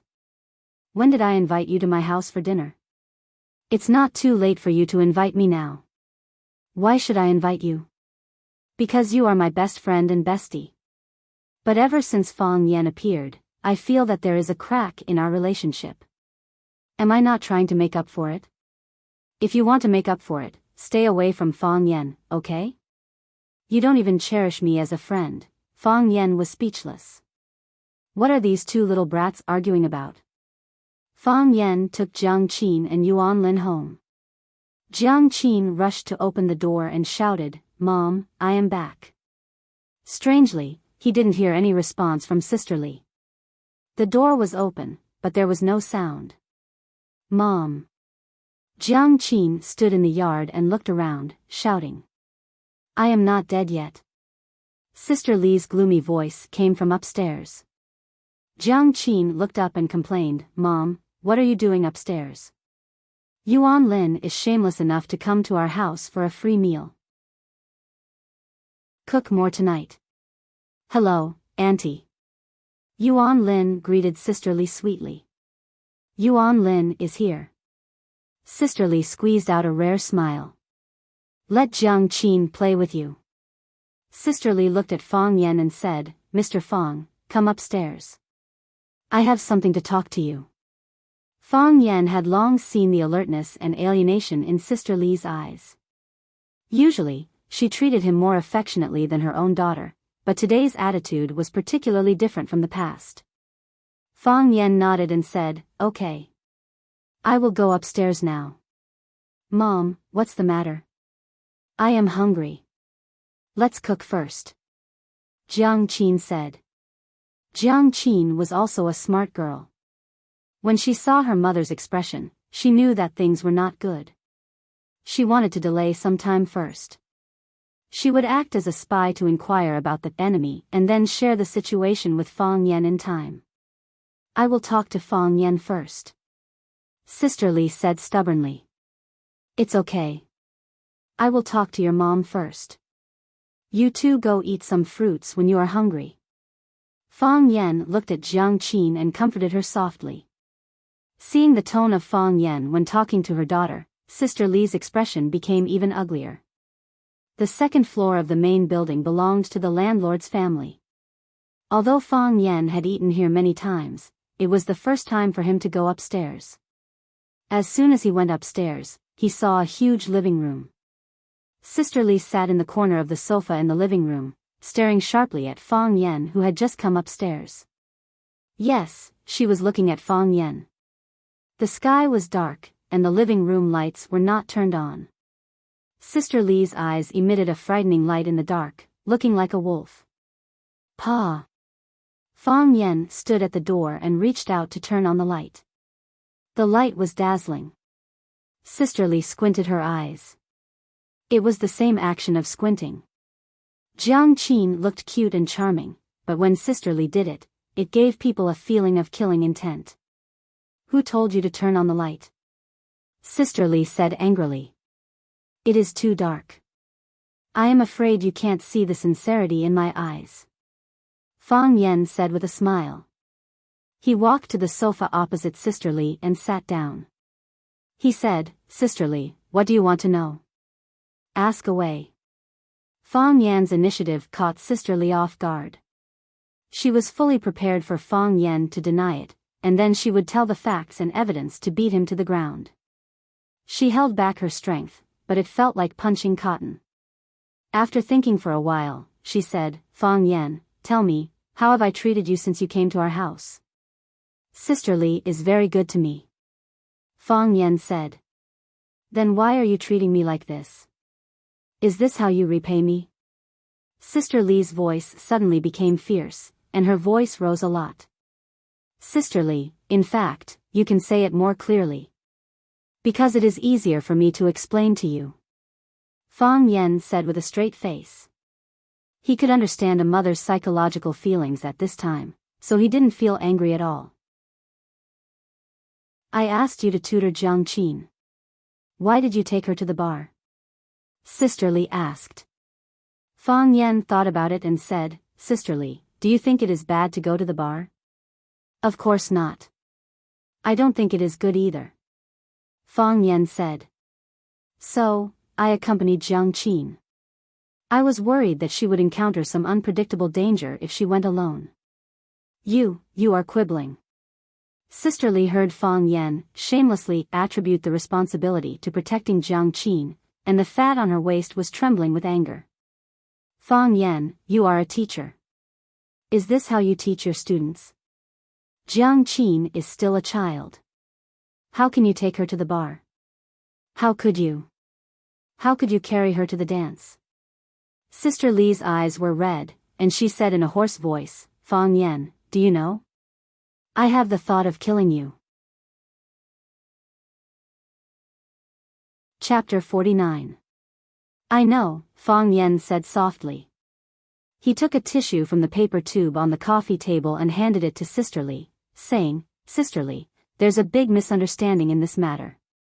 I don't know if my explanation will convince you, but no matter what you say or do, I will completely understand. All right. Then explain it to me. Give me an explanation. Sister Li wiped the tears from the corner of her eyes with a tissue and said. On the night I tutored Jiang Qin for the first time, I did accompany Jiang Qin to a bar. That night, a classmate of Jiang Qin's was celebrating her birthday. Jiang Qin wanted to go and celebrate with her friend. At that time, I had two choices. I could either reject her or let her go by herself. Either you agree to go with her or you go with her. You can tell me, Sister Li said. Tell me. I won't allow her to go out. Fang Yan smiled and said, Sister Li, do you know Jiang Qin's character? If you had forbidden her to go out that night, would she not have gone? Sister Li thought about it seriously and said unwillingly, but you can't you hold her and dance? She was only a student, a child. Why would she dance? Why not go anywhere to celebrate his birthday? Why did you have to go to a bar? Young people like to imagine the future. Just like how kids like to wear adult shoes, kids like Jiang Qin also wanted to experience the lifestyle of adults in advance. They like to hold their birthday parties in KTV or bars, so it's not strange, explained Fang Yan. What about dancing? What's the matter with dancing? Sister Li asked anxiously. This was what she was most concerned about. Her daughter had yet to reach adulthood and was her precious darling. Her tutor, whom she had painstakingly invited, turned out to be a hidden evil wolf. This gave her the urge to destroy the universe. Did they show you the photos? Fang Yan asked. Yes, I have. Sister Li answered innocently. In the photo, Jiang Qin and I are hugging each other? Yes. Sister Li became excited again. She could not bear the mere mention of the subject. I saw the photo. The photos won't lie to me, right? It was the photo that lied to you, Fang Yan said. At that time, Jiang Qin was teaching me how to dance. We weren't dancing in each other's arms. Sister Li, you don't have to believe me, but please believe your daughter. Fang Yan's expression was calm. He looked straight into his sister Li's eyes and said, "She is very smart and beautiful. You should be proud to have such a daughter." Sister Li remained silent. Fang Yan also kept his mouth shut. He was waiting for Sister Li's final verdict. Fang Yan. Sister Li looked at Fang Yan and said, "How many tutoring lessons have you given to Jiang Qin? I will pay you 100 yuan for each lesson. I will refund you the rent and the penalty. I can't rent this house to you anymore." Fang Yan smiled and said, "Sister Li, I understand. I don't want the tutoring fees, I don't want the rent, and I can't ask for the penalty. I did something wrong this time. I'm sorry that I caused you so much trouble." Fang Yan stood up and turned to walk out of the door. When he reached the door, Fang Yan turned to look at Sister Li and said, "But Sister Li's cooking is really delicious. Let's move tomorrow," Sister Li said. "Okay," Fang Yan agreed. "Let's have dinner together tonight." "Okay," Fang Yan agreed again. Fang Yan went downstairs and Sister Li followed him. As soon as they went out, they saw Jiang Qin and Yuan Lin hurriedly running down the stairs. Obviously, they just wanted to sneak up to find out the situation, but they didn't expect to hear footsteps halfway down, so they had to run first. Seeing Fang Yan go downstairs, Jiang Qin winked at Fang Yan, meaning to say, "How's the talk with my mom?" Fang Yan smiled, indicating that everything was fine. Jiang Qin's tight face bloomed into a charming smile, and she made an okay gesture to Yuan Lin. As if happiness was contagious, Yuan Lin, the little girl, also smiled, revealing her two signature dimples. While Jiang Qin and Yuan Lin did their homework, Fang Yan returned to his rented house. Looking at his first place in Huacheng, Fang Yan's heart was filled with emotions.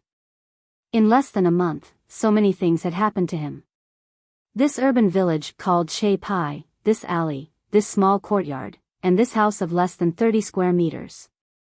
He didn't have time to really get to know them, but he already had to say goodbye. He came empty-handed, and when he left, he didn't have anything to worry about. Except for 2 sets of clothes and a few books, he found that he had nothing. Without luggage, he didn't need to pack. He folded the clothes and put them into the bag he carried when he came, and put the books on top of the clothes. All his work was done. Since he had nothing to do, he just lay on the bed and thought about things. He thought about his father's reaction, his father's angry roar, his mother's love and strictness, Yi Ro, Rosefinch Secondary, Lu Chaoga, Jiang Qin, and Yuan Lin. He also thought about Master Qin. Master Qin. He repeated the name. "It's my honor to meet you." Fang Yan heard Jiang Dai's voice from the courtyard. He had finished selling pork and came back from work. Then, Jiang Qin ran over and knocked on the door to ask Fang Yan to eat. Fang Yan opened the door, looked at Jiang Qin standing at the door, and said, "Is the food ready?" "Yes," Jiang Qin said. "Then let's go," Fang Yan said. "Let's go," Jiang Qin agreed. He said he would go, but he didn't. Jiang Qin looked at Fang Yan worriedly and said, "What did my mother say to you?" "She asked if you've made progress in your studies recently." "Pfft, I don't believe it." Jiang Qin sneered. "That's definitely not what she asked." Fang Yan smiled and said, "That's what she's most concerned about. So, you have to study hard." Jiang Qin's delicate eyebrows immediately furrowed, and she said, "Why does it sound like we're going to part forever?" "How can you say that, girl?" Fang Yan scolded her with a straight face. "That's what I taught you." Jiang Qin stuck out her tongue and said with a smile, "It's just a metaphor. It's not like we're going to part forever. Come and eat. I'm hungry." Jiang Qin and Yuan Lin were already at the table. Jiang Dai was opening the bottle of wine. Seeing Fang Yan come in, he said, "Mr. Fang, let's drink 2 cups tonight." "Okay. I'll drink 2 cups with Big Brother Jiang." Fang Yan agreed with a smile. Jiang Qin pouted. She was very dissatisfied with the way Fang Yan called his father. Fang Yan called her father big brother, so didn't that make her his niece? Yuan Lin's mood instantly turned bad. Jiang Qin became Fang Yan's niece. She and Jiang Qin were of the same generation, so didn't she also become his niece? Sisterly served the last dish, stir-fried beans with wax meat, and said, "Let's eat. Let's eat." While talking about eating, she put food into Yuan Lin and Jiang Qin's bowls. Then she put food into Fang Yan's bowl, and the plate in front of Fang Yan was once again piled into a hill.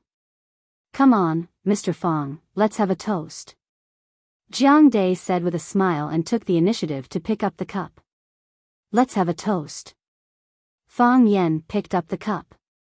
Their cups clinked together, and then they each drank the white wine in the cup. Jiang Dai smacked his lips and said, "Mr. Fang drank to his heart's content today. Drink, drink, drink. You only know how to drink." Sisterly was very dissatisfied with her husband, Jiang Dai. Let Mr. Fang eat a hot dish first. Jiang Dai was not angry. He smiled honestly and said, "Mr. Fang, eat some food." Fang Yan ate a few mouthfuls of food, took the initiative to pick up the cup, and said, "Big brother, let's have another toast." "Let's have a toast," Jiang Dai said heroically. Jiang Qin felt that the atmosphere of the meal today was not quite right, but she could not find what was wrong. Her father was still leaving, her mother was still attentive and considerate, and Fang Yan, Jiang Qin's heart suddenly skipped a beat. She finally knew what was wrong. Fang Yan's words became quieter. In the past, he would tell jokes while eating, and everyone would laugh uncontrollably. During the meal, it felt like a talk show.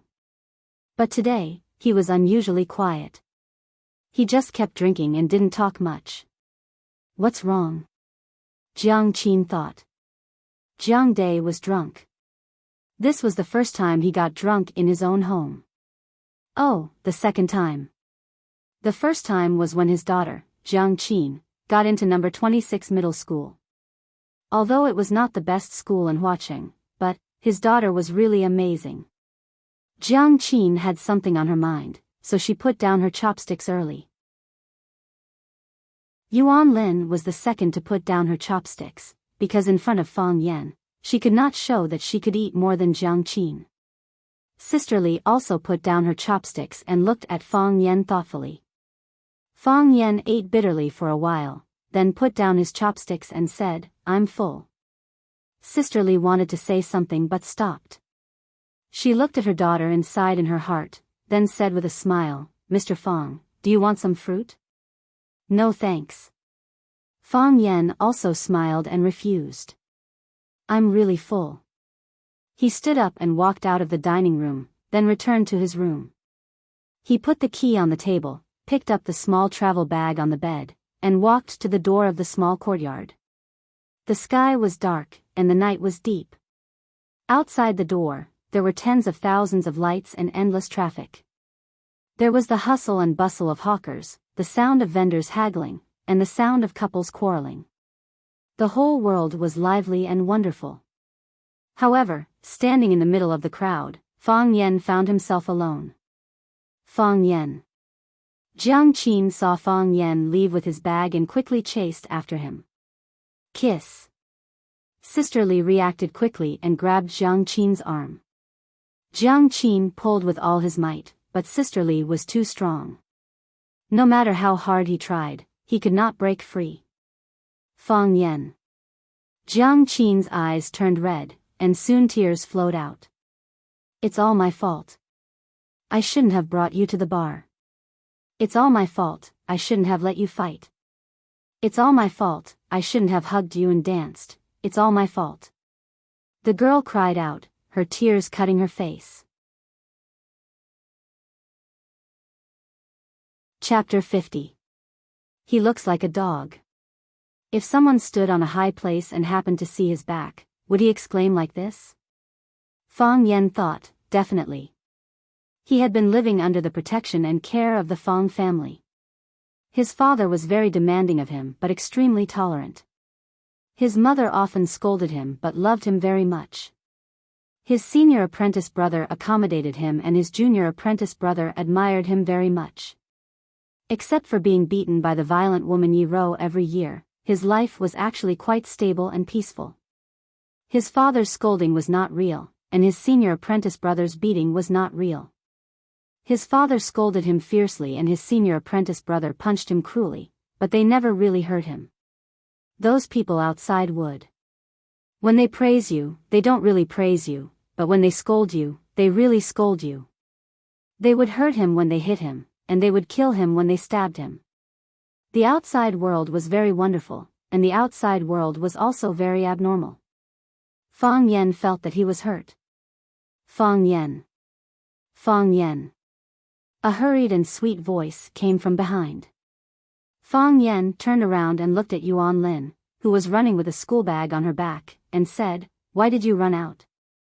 Without waiting for Yuan Lin to answer, he said, "You should call me Mr. Fang." Fang Yan, Fang Yan. Fang Yan is not for you to call me that. Who? Yuan Lin put her hands on her knees, leaned forward and panted, and said, I don't want to call you Mr. Fang. Jiang Qin didn't call you that. Why should I call you that? Then she said, "Of course I ran out. I want to go home, or where am I going to sleep?" "I thought you were going to sleep at Jiang Qin's house." Fang Yan said. No. My mother doesn't allow me to spend the night outside." Yuan Lin waved her hand and said. "Fang Yan, where are you going?" "Me? Everywhere is my home." Fang Yan said with a smile. "If you really don't have a place to sleep, you can sleep under the bridge for the night." No, Yuan Lin said anxiously. "How can people live there? It's dirty, messy, and dangerous." She bit her lip and thought hard.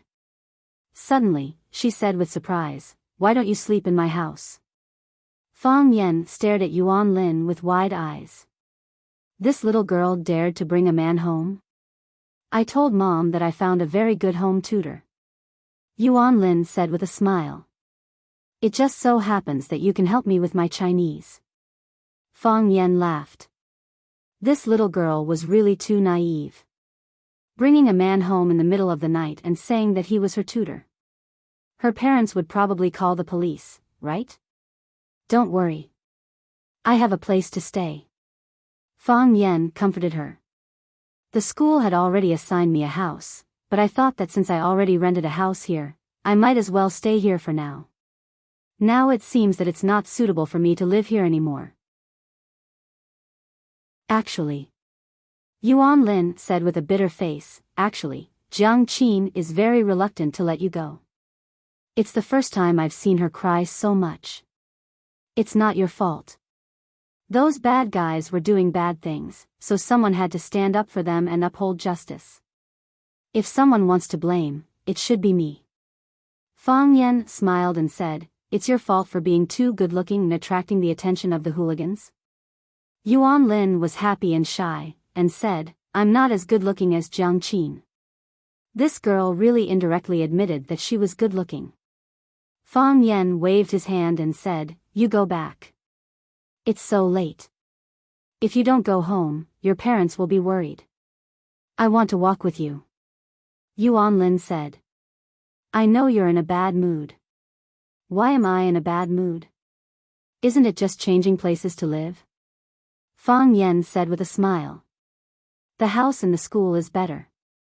There's no rent. Good people don't get good rewards. No one will be happy," Yuan Lin said. Fang Yan's spirit was lifted, and he looked at the beautiful and lovely girl in front of him in surprise. It was the first time he looked at her so carefully and seriously. Sometimes he felt that she was young and immature, and sometimes she showed a maturity that didn't match her age. She could see through his heart, which Fang Yan didn't expect at all. "Isn't this a normal thing? Why do you look so surprised? Do you have a cigarette?" Fang Yan asked. "No." Yuan Lin shook her head. "I don't smoke. Do you have money?" Fang Yan asked again. I'll go buy cigarettes for you. Yuan Lin said, turned and ran to the convenience store on the side of the road. Soon, Yuan Lin came back with cigarettes and a lighter. Fang Yan sat on the bench at the bus stop, tore open the cigarette pack, and put the cigarette in his mouth, but he didn't light it. Yuan Lin sat next to Fang Yan, looked at him curiously, and asked, Don't you need to light it? No need. I'm afraid I'll choke. Fang Yan said. Then why did you buy cigarettes? I just want to see if smoking and drinking can relieve the sadness in my heart. Is it solved? Yuan Lin asked with her eyes wide open. Fang Yan thought about it seriously and said, I feel a lot better.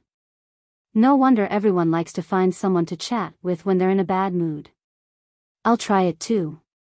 Yuan Lin took out a cigarette and put it in her mouth. Fang Yan snatched the cigarette away and reprimanded, Students are not allowed to smoke. The buses came and went one after another, coming and going again. There were fewer and fewer people on the platform, and finally there were only two lonely figures. Fang Yan didn't leave, and Yuan Lin didn't leave either. Fang Yan didn't speak, and Yuan Lin didn't speak either.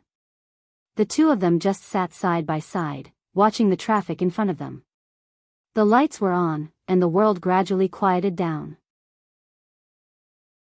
Puff! Fang Yan spat out the cigarette in his mouth on the ground, crushed it with his foot, and said, Go back. Okay. Yuan Lin said. She played with the mobile phone in her hand, and then frowned. Lend me your mobile phone, Yuan Lin said. Don't you have a mobile phone? Fang Yan said. My mobile phone is out of money. I can't call it. Fang Yan handed over the mobile phone and thought that the students nowadays were so pitiful. Their mobile phones often stopped working because of arrears. Yuan Lin took the mobile phone and searched for a while. Sure enough, she found her pitiful number in the blacklist. Damn Jiang Qin. Yuan Lin cursed in her heart.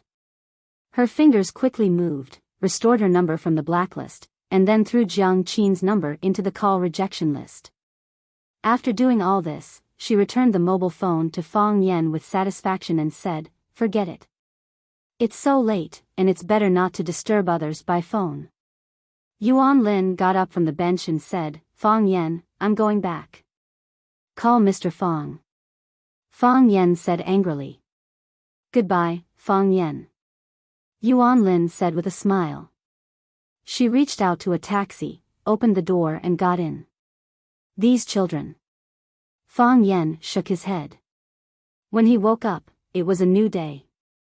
Before Fang Yan opened his eyes, a faint fragrance came to his nose. His mouth, nose, heart, and lungs were full of the fragrance of the osmanthus. There was an osmanthus tree at the entrance of the courtyard, and the osmanthus was in full bloom. This feels so good. Fang Yan thought in his heart. When he was at home, he could also enjoy this kind of life. When he woke up in the morning, the fragrance of flowers was everywhere, birds were singing, some people were singing, and more brothers were practicing Tai Chi. Life was comfortable and easy, as if he was living in a paradise. He also found the feeling of home here. But why couldn't he be happy at all? Fang Yan's heart was inexplicably painful. He thought of the picture of a girl being grabbed by her mother and unable to break free, crying over and over again, It's all my fault, it's all my fault, Fang Yan said softly. The sky was misty, and the clouds were very low. It seemed that a storm was coming. The weather forecast said that there would be heavy rain today. It seemed that there were times when the forecast was accurate. He got up and practiced a few rounds of Tai Chi. Then he helped Lu Chaoga weeding and watering the flowers and plants, and cut off some cumbersome branches and leaves. After that, he took a bath and changed his clothes. After that, Fang Yan opened the door of the courtyard and went out. Li Ziqiang was about to go to school with a newspaper under his arm. When he saw Fang Yan coming out of Lu Chaoga's courtyard, he couldn't help but be stunned. Good morning, Director Li, Fang Yan greeted with a smile. Well. Li Ziqiang responded. Fang Yan, why are you here? Principal Lu said that her house was empty, so she lent it to me. Fang Yan said. There are rules in the school. Fang Yan interrupted Li Ziqiang's words and said, Director Li, shouldn't you talk to Principal Lu about this kind of thing? You two are at the same level, right? Li Ziqiang thought it was true. What was there to talk about with a teacher? If Lu Chaoga didn't give him the house, how could he be qualified to live here? Li Ziqiang was about to say a few harsh words to tell him to behave himself and not to think that living here made him an arrogant leader of the school. Before he could do that, he realized that Fang Yan had already turned around and walked away. Pretty boy. Li Ziqiang spat at his back. After he finished cursing, he felt a little sad. He also had a beautiful heart, but he didn't have a beautiful face. Fang Yan didn't walk out of the teacher's courtyard. Instead, he walked east along Bird River. He walked past the newly built teacher's building and the courtyard of the villa before stopping in front of a small building at the entrance of Bird River. This small building was mostly made of wood. It was slightly older than Lu Chaoga's building. However, it was 3 stories high, and the area of the courtyard was several times larger than Lu Chaoga's courtyard. Fang Yan knocked on the door, and the wooden door opened. A silver-haired old man in a white tang suit walked out. He had tiger-like eyes and thick eyebrows, and he was full of energy. It looked like it had an intimidating aura. Fang Yan greeted him with a smile and said, Grandfather, you haven't had breakfast yet, right? The old man glanced at Fang Yan and said, Let's go. Justice is more important than food. Chapter 51. Clear Sky Building. Fang Yan accompanied his grandfather, Lu Gong, out of the taxi. Looking at the name of the building written in gold at the entrance of the square, he said with a smile, This is a record of merit. Do gangsters also like to be elegant? Lu Gong completely ignored it and walked straight to the entrance of the building. The building used an electronic gate, and one had to swipe a card to enter. Fang Yan reached out and knocked on the glass door, summoning the security guard inside to speak. The middle-aged security guard came over and asked, What's the matter? We're looking for someone, Fang Yan said. Who are you looking for? The security guard asked. Du Qing, Lu Gong said loudly. Every word he said was powerful and resonant, full of energy. Du Qing. The security guard felt that the name was familiar. But he couldn't remember who it was. Could it be a friend he met at the table? Your boss, Fang Yan added. The security guard was shocked. He stared at the old and young man cautiously and asked, Why are you looking for our big boss? Do you have an appointment? I have an appointment, Fang Yan said. Call Secretary Li and ask her to come down and pick them up. The security guard didn't dare to delay and quickly went to make the call.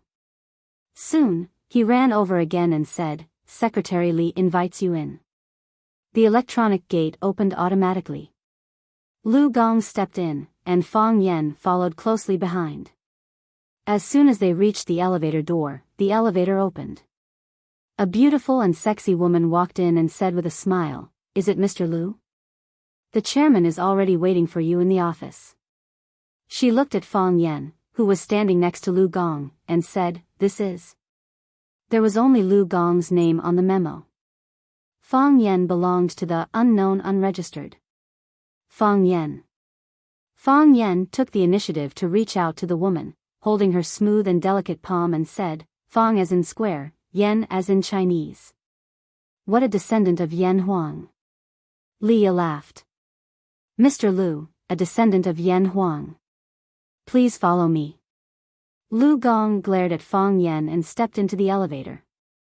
Fang Yan and Leah looked at each other and smiled, then followed closely behind.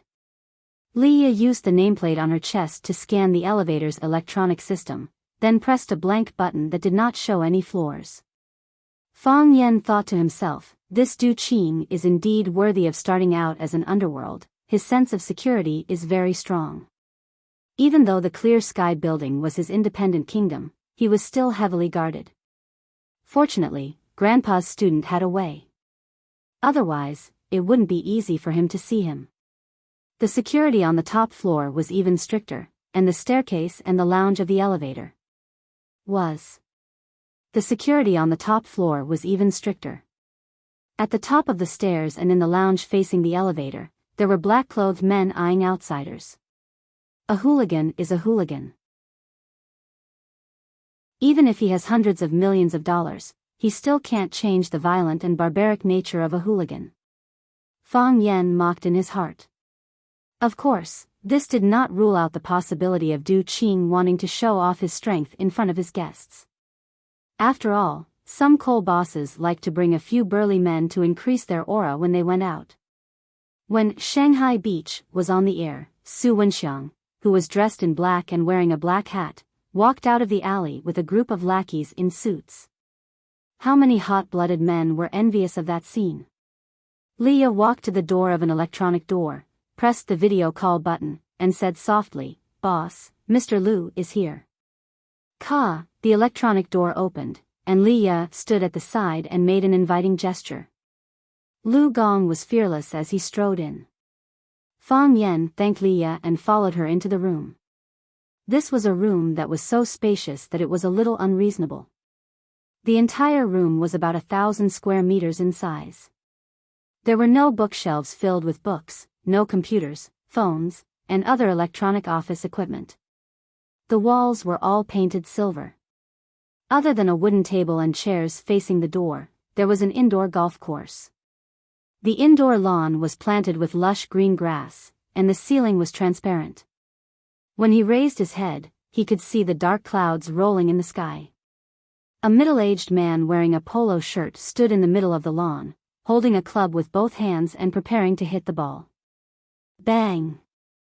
With a graceful upward stroke, the small white ball flew out with a resounding sound. Beautiful. The man smiled happily. Obviously, he was also a golf enthusiast. The man was very pleased with the landing point of the small ball, and only then did he reluctantly walk out of the lawn with the club in his hand. Du Qing. Fang Yan's eyes narrowed slightly. Du Qing seemed to have sensed something, and his gaze immediately shifted to Fang Yan. Then, he smiled and nodded at Fang Yan, indicating that he had greeted him. Fang Yan had searched for Du Qing's information on the internet, and knew that he was now a famous enterprise in Huaqing. He had single-handedly established the Green Cloud Group, which was involved in civil construction, port transportation, and seafood wholesale and export businesses. He had been chosen as Huaqing's Outstanding Entrepreneur of the Year for many years. He did charity work. Whether it was the earthquake in Wen County or the snowstorm in the south, he had donated tens of millions. He was a well-known philanthropist in the country. However, his background as a mafia was rarely mentioned. Perhaps, even if someone knew the truth and posted it on the internet, it would be quickly deleted? Fang Yan had also seen some photos of Du Qing attending events on the internet. He looked gentle and refined, and had the demeanor of a successful entrepreneur. In reality, Du Qing was even more charming. He looked younger than in the photos, and his mental state was easier to show.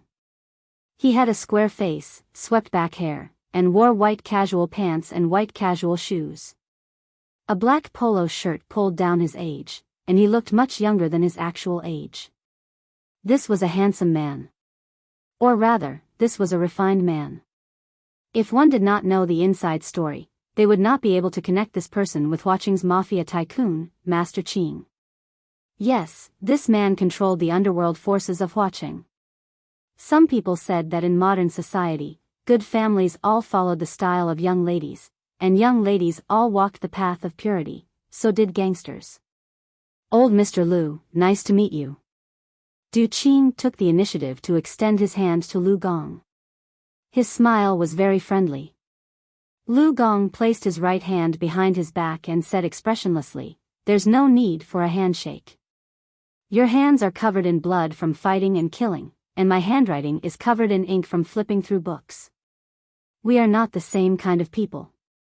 Du Qing's gaze turned cold, but it returned to normal in an instant. He laughed and said, "Old Mr. Liu is really a humorous person. It's just the truth." It's not really humorous, Lu Gong said with a straight face.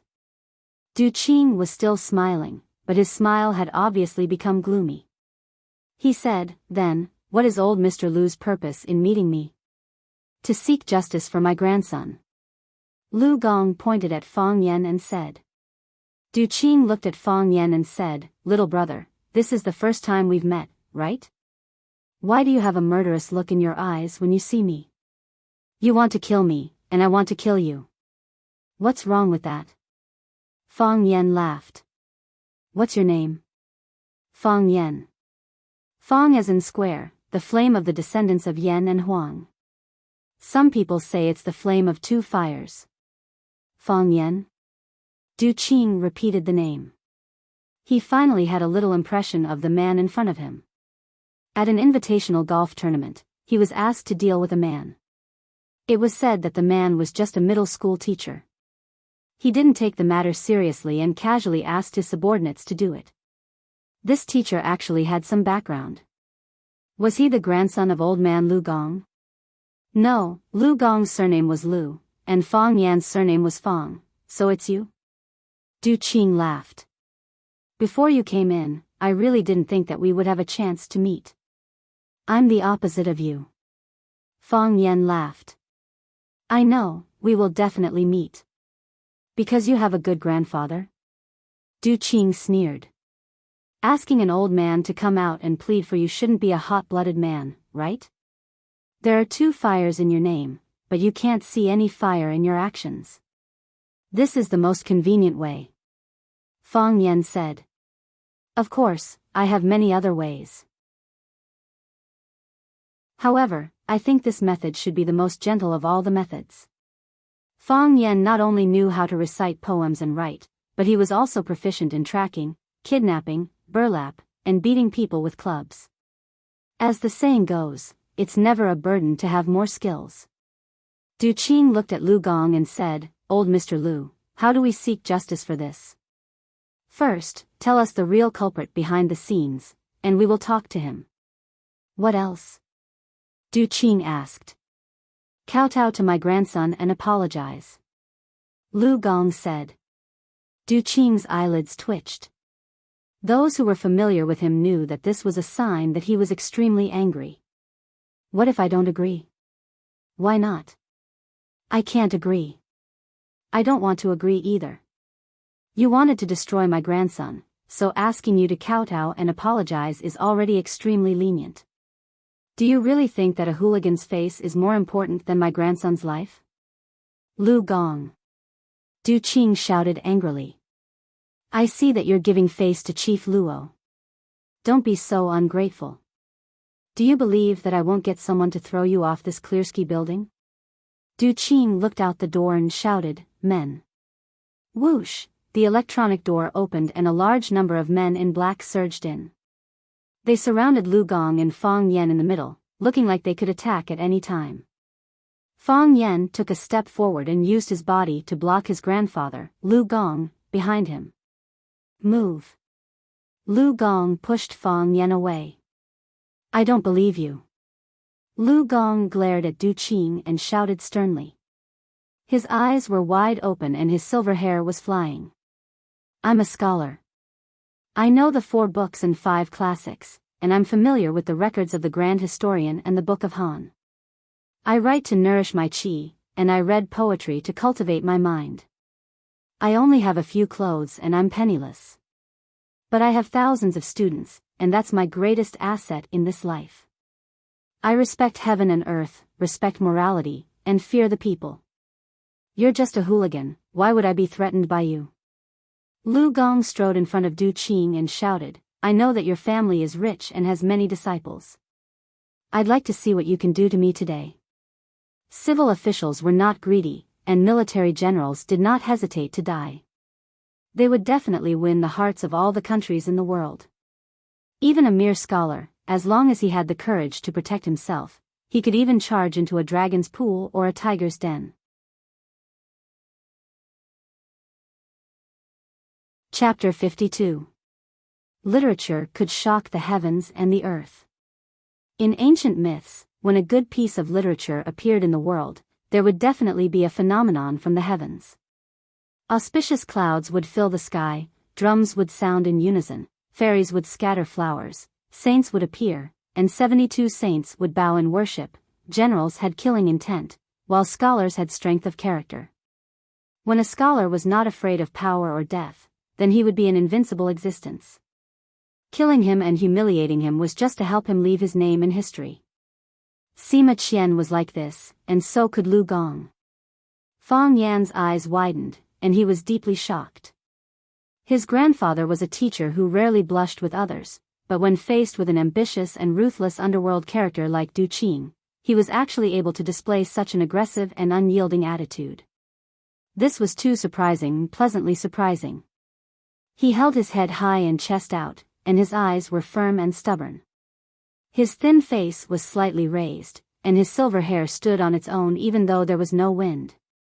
He was the shortest old man present, but at this moment, the aura he emitted enveloped the entire place. Respect the heavens and the earth. Respect for morality. Fear the hearts of the people. A mere hooligan, what was there to be afraid of? Fang Yan felt like his eyes were brimming with tears. This was how a man should be. His dantian was scorching hot, as if someone was holding a match and gently stroking it.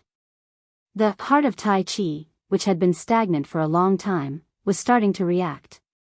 Was that sturdy outer shell finally going to melt? Countless thoughts flashed through his mind. He tried his best to pursue it, but he couldn't get any results. It was like an earthworm loosening the soil, like a seed trying to break through the membrane on the top of his head, just a little bit more. As long as he exerted a little more force, he would be able to break through the soil.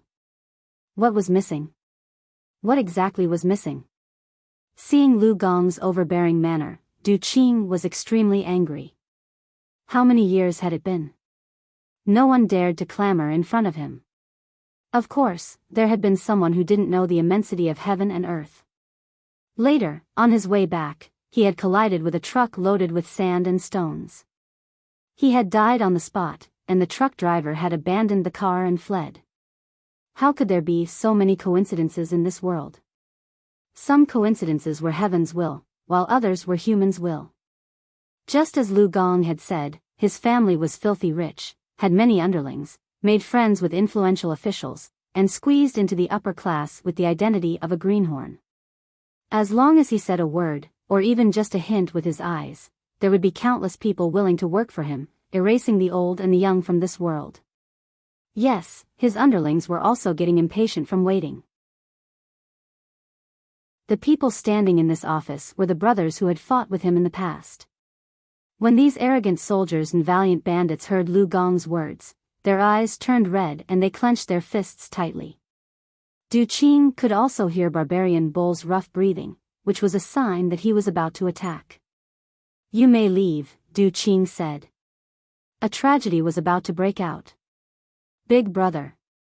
Barbarian Bull shouted in a coarse voice. "Step down." Du Qing waved his hand and said with a smile. When Barbarian Bull saw Du Qing's smiling face, he immediately lost his anger, turned around and left dejectedly. He was not afraid of Du Qing's screams, but he was afraid of Du Qing's laughter. This was a phrase that his brothers always said. If Du Qing yelled at the people around him, then it proved that you were still his brother. If he smiled at you, it was best not to make him angry at this time. When Barbarian Bull left, the others also followed. Very quickly, those men in black left, not a single one was left. "Elder Lu, why do you have to do this?" Du Qing looked at Lu Gong and said with a smile. "Although I, Du Qing, was born from a grassroots background, and my body is now stained with the stench of money, I still admire Elder Lu's great name for a long time. Huaqing used to be a weak city in education, but Elder Lu single-handedly changed the situation. He mobilized donations and set up schools.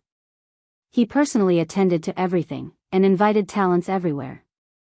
The most admirable thing is that ninth brother Lu made the school principal. This is really something that ordinary people can't do. No matter how bad my heart is, no matter how bad my character is, I can't hurt such an affectionate and righteous old man who wholeheartedly serves the public. Am I right? From Du Qing's words, it could be seen that he did have some understanding of Lu Gong. Moreover, in his heart, he was very clear that he really couldn't do anything to Lu Gong. This little old man was a freak in the education field of watching. He didn't have any authority, but most of the time, his words carried more weight than the mayor or provincial governor. He said that he was a penniless scholar, and Du Qing couldn't confirm this. However, he said that he had tens of thousands of students, and this was the capital that he was most proud of. Du Qing knew this very well. More than tens of thousands? He served as the principal of 9 middle schools, and when he found a more suitable candidate, he immediately gave up his position. When he gave up his position for the 9th time, even the central government was alarmed. Every time the country's president and prime minister visited Huaqing, they would request to meet this bookworm whose name had shaken Huaxia. As the principal of 9 schools, how many students did he have? Among these people, how many of them were high-ranking officials or even important ministries and commissions? The official with the surname Zhang, who regarded him as his teacher and father, was now the head of a municipality, and it was only a matter of time before he rose to the center of the country's power. No matter how influential Du Qing was, would he dare to touch an old man like this? Thinking of this, Du Qing secretly cursed the eldest young master Jiang, one of the 4 prodigies of Huaqing, Jiang Zhongzhu. Didn't you say that the person you wanted to mess with was just an ordinary middle school teacher? Even old man Lu Gong had come forward. Was this still an ordinary middle school teacher? What a scam! Du Qing admitted defeat, and his words all hit Lu Gong's weak spot. Only then did the old man's expression improve a little. He looked at Du Qing seriously and said, "I'm not here to take advantage of my seniority. I'm here to seek justice for my grandson. I just want to know, when and where did my grandson offend Mr. Du to the point of incurring such vengeance from you? Killing someone is just a small matter, but destroying someone's reputation is absolutely unforgivable. It's a misunderstanding," Du Qing said with a chuckle. "It's a misunderstanding. Old Mr. Lu, you also know that my energy is mainly focused on the Green Cloud Group now. Those fighting and killing things are already in the past. However, after all, I've been in Jianghu, my brothers in Jianghu should still give me some face. Shall I find someone to ask?" "Ask," Lu Gong said. Du Qing knew that he had to give this grandfather and grandson an explanation. He opened the communication system on his wrist and said, "Secretary Li, ask Sirius to come see me. Also, bring someone in to make a pot of good tea." "Yes." Lia's sweet voice came from the phone. "Old Mr. Lu, and this little brother Fang Yan. Come, wait for a moment, they'll be here soon. Let's drink tea and chat. The biggest regret in my life is that I didn't study enough, so I really respect cultured people." Since Du Qing had said it like this, Lu Gong and Fang Yan had no choice but to give him face. Du Qing pressed the button on his watch, and the silver-white wall automatically shrank to both sides. A door appeared at the edge of the golf course, and behind the door was an antique room with a coffee table and chairs. Based on Fang Yan's understanding, these tea tables, and chairs were all made of precious materials such as red sandalwood or Hainan rosewood. Furthermore, some of them were passed down from dynasties that had existed for hundreds or even thousands of years. Just the decoration of this small tea room would probably cost hundreds of millions of yuan. Lu Gong was very interested in these exquisitely carved wooden furniture. He seriously admired it and said, "It's rare to see large pieces of furniture made of rosewood nowadays, and such exquisite workmanship is even rarer. Mr. Du must collect it well, this is a national treasure." Old Mr. Lu is right, Du Qing will definitely obey. Du Qing smiled gently and agreed. While the 3 of them were talking, the office door opened. The secretary, Leah, walked in with 2 girls in cheongsam. One was holding a teapot, the other was carrying boiling water, and they walked towards the tea room. The girl in the cheongsam had obviously been trained in the tea ceremony. After they came in, they immediately got busy on the tea table. Washing tea, cleaning cups, brewing, their movements were skillful and graceful. Just smelling the tea and watching the tea show was a beautiful enjoyment. Leah stood respectfully at the side, occasionally looking at Fang Yen, who was sitting with Lu Gong. When the tea was ready, the girl and the Cheongsam used the tea tweezers to distribute the teacups to everyone. Du Qing made a gesture of invitation and said, "Elder Lu, please." Lu Gong picked up the teacup and sniffed it, then praised, "Good tea." Du Qing's interest was piqued, and he said, "Elder Lu, may I ask what's good about it?" Lu Gong glanced at Fang Yen beside him and said, "My grandson is very picky. Let's listen to him." Du Qing smiled and said, "Then I'll ask little brother Fang Yen to comment." Hearing that Du Qing wanted Fang Yen to taste the tea, Leah and the two girls in Cheongsam immediately looked at Fang Yen's face. Fang Yen smelled the fragrance and looked at the color. He took a small sip and held it in his mouth to savor the taste. After swallowing it, he said, "I won't comment on the tea for now. Let's talk about the water first. There's no smell of bleach powder, so it's not tap water. There's no artificial addition of industrial raw materials, so it's not mineral water. It's clear and sweet, and it comes from nature. I think this water must have come from a famous mountain or a spring in a beautiful place. The most brilliant thing is, I don't know how this water was transported here. It's not musty, it's not hard to taste, and it still maintains a clear and fresh taste. It's like it's just been fished out of the spring." Du Qing praised and said with a smile, "This water is the water of the Tiger Mountain. My people found a spring there. The water is sweet and suitable for brewing tea. Using a wooden bucket to fill the water, the bucket is not covered, and fresh tea leaves are used to cover the dust. Then, using a wooden boat to transport the water. The wooden boat is paddled by people, so the water will not be stained with any smell of oil. Brother Fang is an expert, you're absolutely right." After a pause, he said, "Mr. Fang, would you like to comment on this tea?" "There's no praise for the tea," Fang Yen said indifferently. "The tea doesn't match this water. This is definitely not Mr. Du's collection of good tea, right?" Du Qing was stunned for a moment, then he laughed and turned to Leah and said, "Serve the tea, serve the tea." Chapter 53. Leah took the new tea and Fang Yen took it and brewed it again. The tea and water complemented each other and the fragrance filled the air. With good tea and good water, the effect of brewing was indeed very different from before. After a cup of fragrant tea entered their stomachs, the atmosphere became more harmonious. It was as if they had accepted the other party's cigarette and drank a cup of wine at a social occasion, and their relationship had instantly warmed up. "What a good tea," Du Qing said to the two women in Cheongsam, "Xiao Bai, Xiao Ting, you two have to learn more from Mr. Fang Yen. Mr. Fang is an expert in the tea ceremony." The two women in Cheongsam were still a little disapproving when Du Qing invited Fang Yen to comment. What kind of insight could a guy who hadn't even grown his hair have? Even after hearing Fang Yan's comments, they were still a little unconvinced. Who wouldn't be able to taste such good tea and water in their mouths? It wasn't until Fang Yan's performance of Kung Fu tea that they personally drank the tea made by Fang Yen that they were completely convinced by Fang Yen. They had also brewed this box of old Shu de Hong Pao, but the taste was not as mellow and fragrant.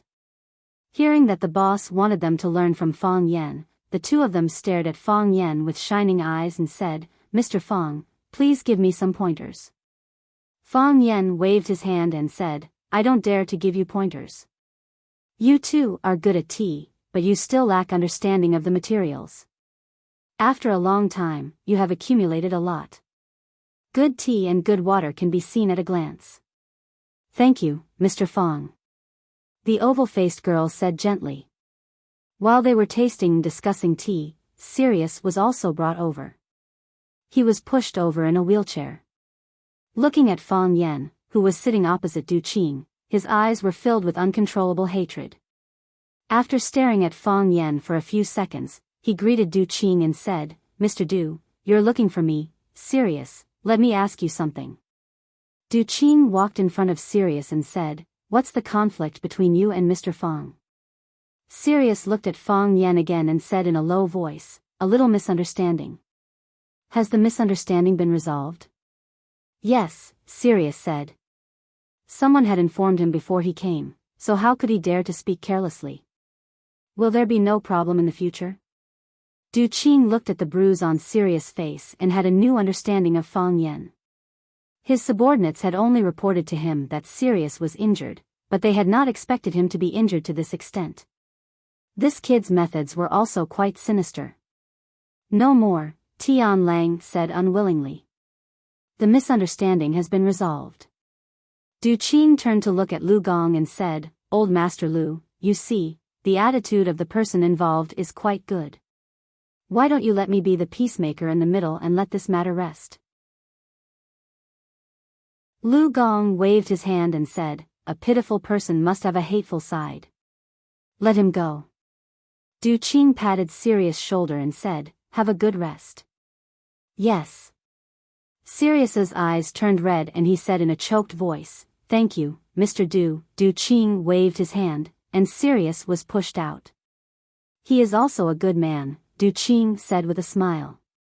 No discord, no concord. Brother Fong Yen, we can still be friends in the future. Am I right? We are already friends, Fong Yen said with a smile. Mr. Du, I have had a deeper conversation with Brother Wolf. He said he was following orders. I heard that someone wanted to frame me. I'm really curious. What kind of person has such a deep hatred for me that he wants to ruin my reputation? Du Qing pondered and did not speak. Obviously, Sirius was just a staircase, so that the two sides could get off the stage without falling out. However, the other party was very dissatisfied with this explanation. Du Qing looked at Fong Yen and asked, Brother Fong Yen is a refined man. Which of the four gentlemen do you like the most? Bamboo, Fong Yen said. Integrity makes one strong, unintentional goods make one proud. After several storms, one would rather break than bend. It is still green all year round, not competing with other flowers. Listen, how high the evaluation of bamboo is. Brother Fong Yen should dislike bamboo the most, Du Qing said with a smile. Fong Yen looked at Du Qing thoughtfully with a stern expression. Drink some tea. Drink some tea. Du Qing said with a smile. Elder Lu, this tea is really cheap here. When you go back, bring the tea with you. I know where your mansion is. I will get someone to send the newly fetched spring water over. A refined man should do this kind of thing. It is a waste for a rough person like me to drink this. Lu Gong refused and said, I don't deserve it. No matter how good this tea is, I will feel uneasy. If I feel uneasy, the tea will be tasteless. Then grandfather will give Mr. Du a piece of calligraphy, Fong Yen said with a smile. Grandfather's calligraphy is no worse than Mr. Gong's. Du Qing was overjoyed and said, then I am really grateful. To be able to receive a gift from old Mr. Lu, this Du is truly fortunate. Lu Gong glanced at Fong Yen and did not refuse in the end. 3,000 guests of Chunshan, 5 feet south of Shaodu City. 2 lines of large characters appeared on the expensive Xian paper. The ink was full and strong. Lu Kai thought for a moment, then wrote his own signature at the bottom in small script. Du Qing felt as if he had received a treasure. He bowed to Lu Gong again and said, Thank you, Elder Lu, for the calligraphy. I will definitely hang it on the wall. I will study and appreciate it every day. 3,000 guests of Chunshan, 5 feet south of Shaodu City. This was a couplet written by the Secretary General of the outgoing President Li Yuanhong. It described the great Shanghai Du Yuesheng. Du Yuesheng was one of the most famous figures in the Qing gang in modern times. He was known as Huaxia gang boss and Huaxia's #1 gang leader. His life was all-powerful. He was in the business world, the military, the political world, and other fields. It could be said that there was no one before him and no one after him. Just like those ordinary hooligans who idolized Chen Haonan from Young and Dangerous, Du Qing also had admirers. That was Du Yuesheng, an influential figure from hundreds of years ago. They had the same surname, Du, and both started in the underworld. Who didn't want to become the current Lord Chunshen like Du Yuesheng? It could be said that Lu Gong's couplet vividly expressed his thoughts. It's none of my business. Lu Gong said indifferently. He was not interested in these things at all. Leah, wrap up the tea and give it to Brother Fang Yen. Also, I will personally send Elder Lu's writing fee to your house. After sending off Lu Gong and Fang Yen, Du Qing stood in front of the calligraphy and admired it happily. Leah pushed open the door and walked in. She said, Uncle Du, usually when people give you such expensive gifts, you don't look this happy. Isn't it just a piece of calligraphy? What does a child know?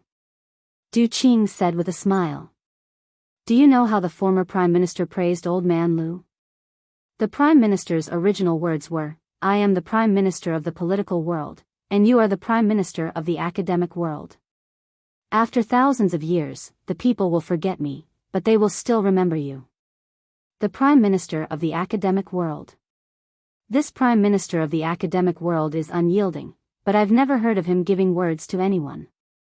I can tell that he was unwilling at first. It's just that fellow surnamed Fang is greedy and lustful, so he asked grandfather to exchange words. Greedy and lustful? Du Qing laughed. This is your evaluation of Fang Yen? That's right. Doesn't he just want our old tree to Hong Pao? His eyes are also constantly looking at Xiao Bai and Xiao Ting's thighs, making me want to dig out his eyeballs. Du Qing shook his head and said, Leah, 1,000 people have 1,000 faces. The reason I let you follow me is to let you learn how to read people. If you don't read people correctly, then the dishes will definitely not be to your liking. This Fang Yen is not as bad as you said. On the contrary, he is a first-class figure. What's so great about him? Leah was a little unconvinced. Leah was the daughter of an old friend of Du Qing's. During a gang conflict, he rushed over to help him block a fatal shot. Du Qing was alive, but his old friend was dead. From then on, Leah became Du Qing's adopted daughter. He didn't have any children of his own, so he completely treated Leah as the successor of his Azure Cloud group. Therefore, when he had time, he was willing to teach her more things. In my eyes, he is even cuter than Old Man Lu. Du Qing said. Some people, because they are mythical, it is difficult for us mortals to get close to them. Everyone knows Lu Mang's personality, so no one can do anything to him. They can only respect him. However, if you are too stubborn, you will break easily. Lu Mang's personality is destined to be a loner. However, how can a person not have friends in this society? Lu Gong is a cultured person. He can endure loneliness, and even enjoy the loneliness brought about by this reputation. However, can others do the same? If Lu Gong rejects my good tea today, then, I will no longer have any interactions with him in the future. The corner of Du Qing's mouth carried a hint of a smile, and said, but, Fang Yen was able to smooth things over in the middle, allowing me to have a chance to interact with him. I will give him tea, he will give me calligraphy and paintings, and then I will find an opportunity to go to the mansion to give him a brush fee. Wouldn't everyone be familiar with each other? But, why are you doing this? Leah asked. Those cultured people always look down on us, why should we make friends with him? It's not that I want to make friends with Lu Gong. Du Qing laughed. It's Fang Yen who wants to make friends with me. His grandfather could isolate himself from the world, but he couldn't. He doesn't have the face, the scene, or the feelings, but I do. Leah rolled her eyes, and said, why are you men's thoughts so complicated? Isn't it better to just say it out loud? Aren't you afraid of getting dizzy? Du Qing shook his head helplessly, and said, there are some words that whoever says it will be at a disadvantage. Du Qing pointed to his head and said, I have to comprehend.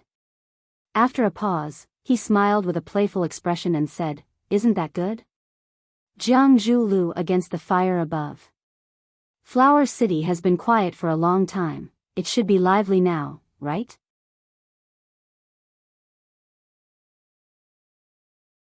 Chapter 54. Lu Gong was a legendary figure in Huaqing's education circle. He was called the Prime Minister of the academic world by the former Prime Minister. He was frequently received by national leaders both at home and abroad. From this, one could see how high his status was. A few decades ago, Huaxia's Guangnan was a weak province in education. Compared to some of the northern provinces with big college entrance exams, the number of students who could get into famous schools could be counted on one's fingers. After Lu Gong returned from studying abroad, he immediately threw himself into the cause of strengthening the education system in Huaxia. He carried out a reform of the education system. He led various channels such as government investment and private donations to raise funds for the education industry. He invited outstanding talents from all over the country and even the world to take up important positions.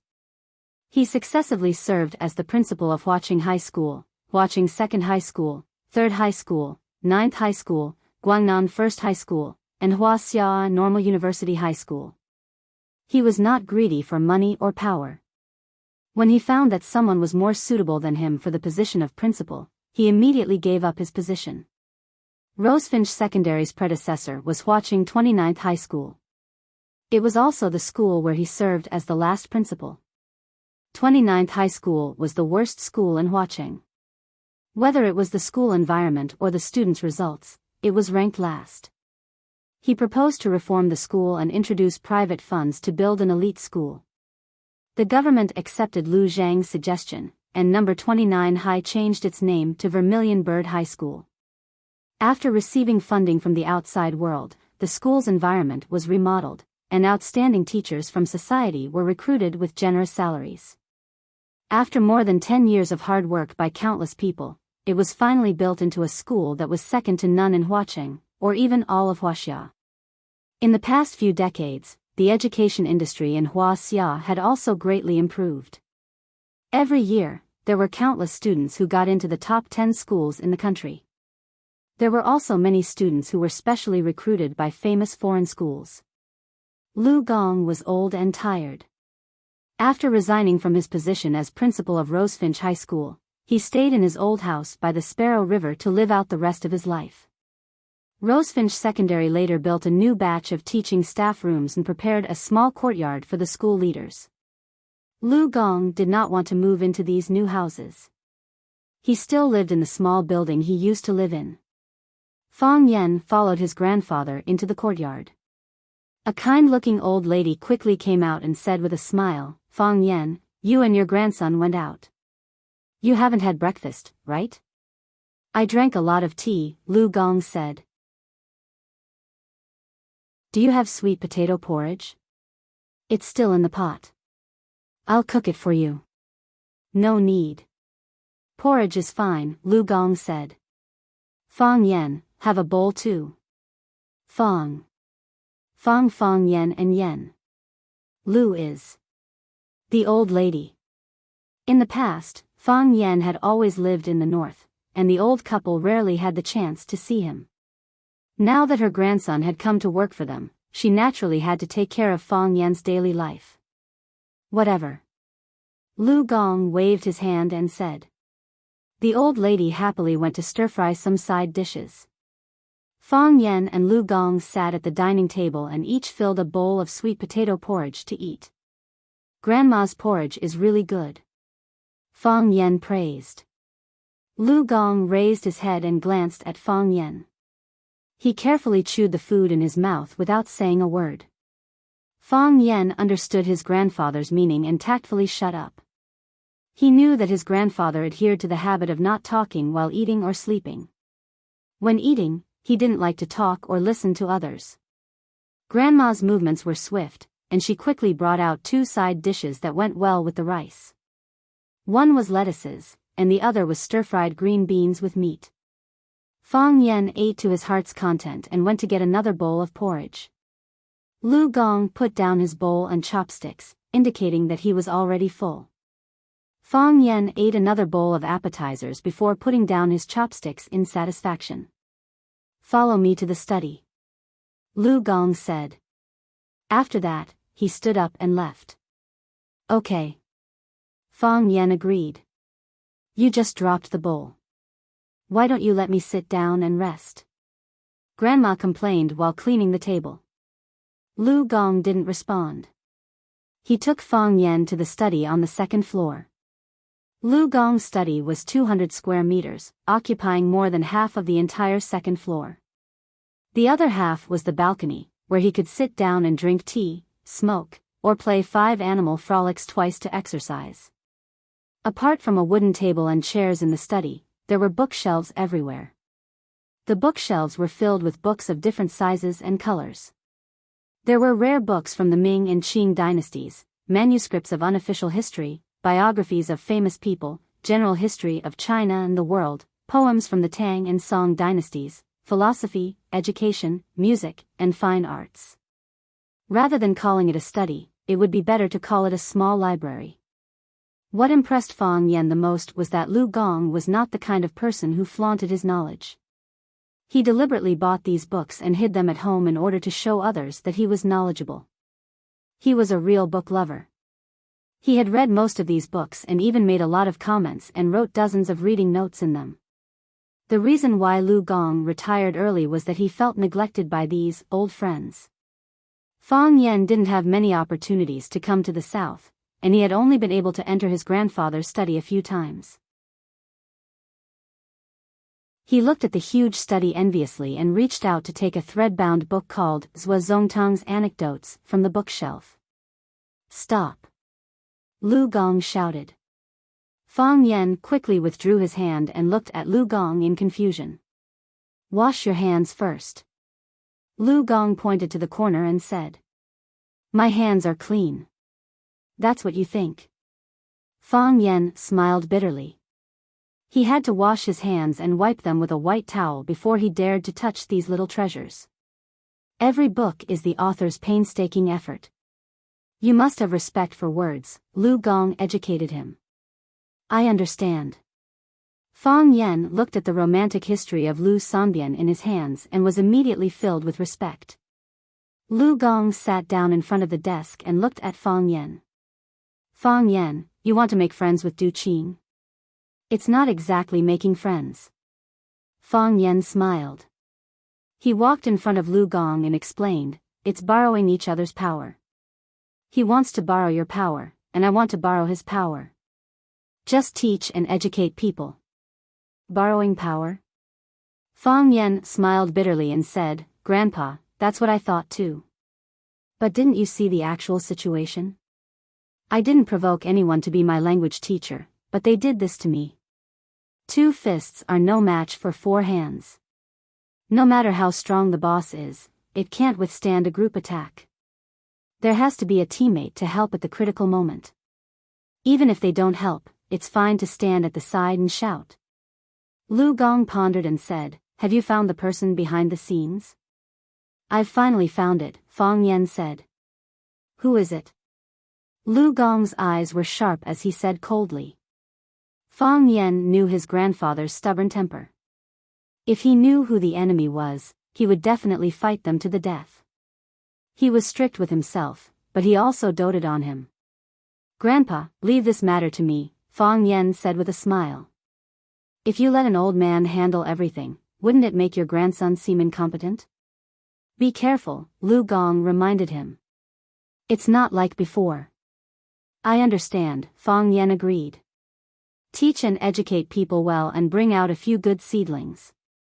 I don't expect you to make all the students in your class great. I also know that it's not realistic.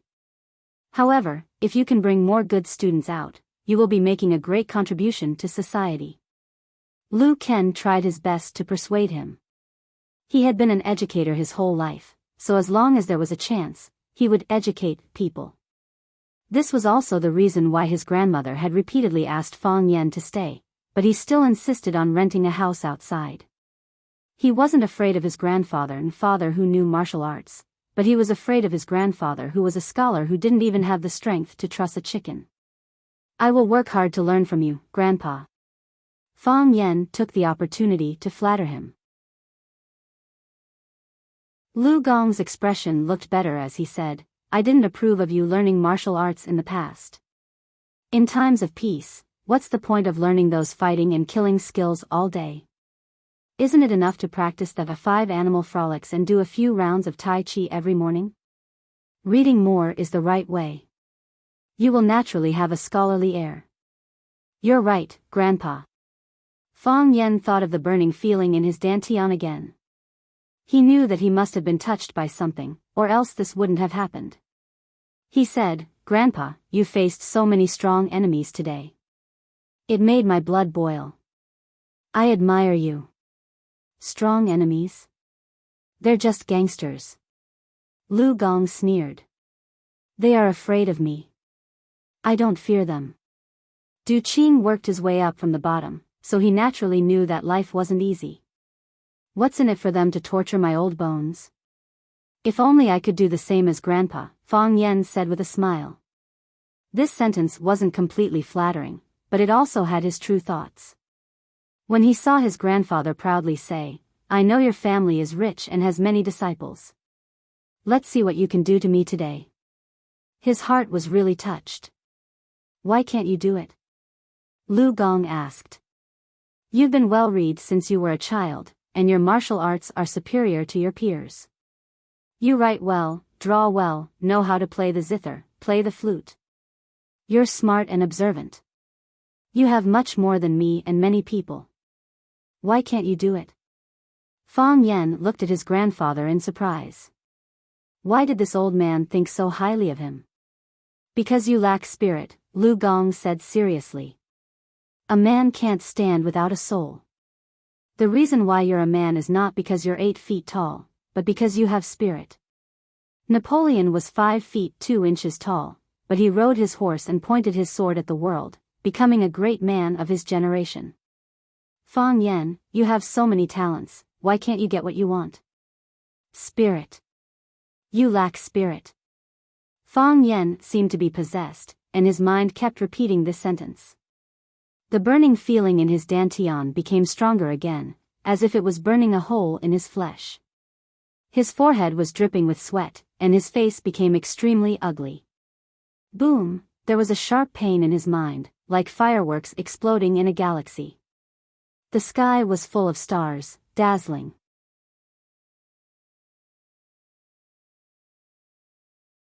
Chapter 55. Seeing Fang Yan's strange expression, Lu Gong didn't ask. Instead, he stood up and shouted, Fang Yan, what do you want? What do I want? Fang Yan had a splitting headache. What do I want? What do I want? Do you want the world or the beauty? Do you want to be at the peak of martial arts or be admired by thousands? Do you want to leave your name in history or be a teacher? Tell me, what do you want? Fang Yan hadn't thought about it. He had never thought about it. Since he was a child, he had been learning all kinds of skills under the arrangement of his family. Tai Chi sans ho, zither, chess, poetry, painting, and tea. When he first sparred with Yi Ro, his only goal in life was to defeat Yi Ro. For this goal, he had worked hard for countless days and nights. However, he didn't know whether it was because he didn't have enough talent or hard work. Year after year, he was defeated by Yi Ro again and again.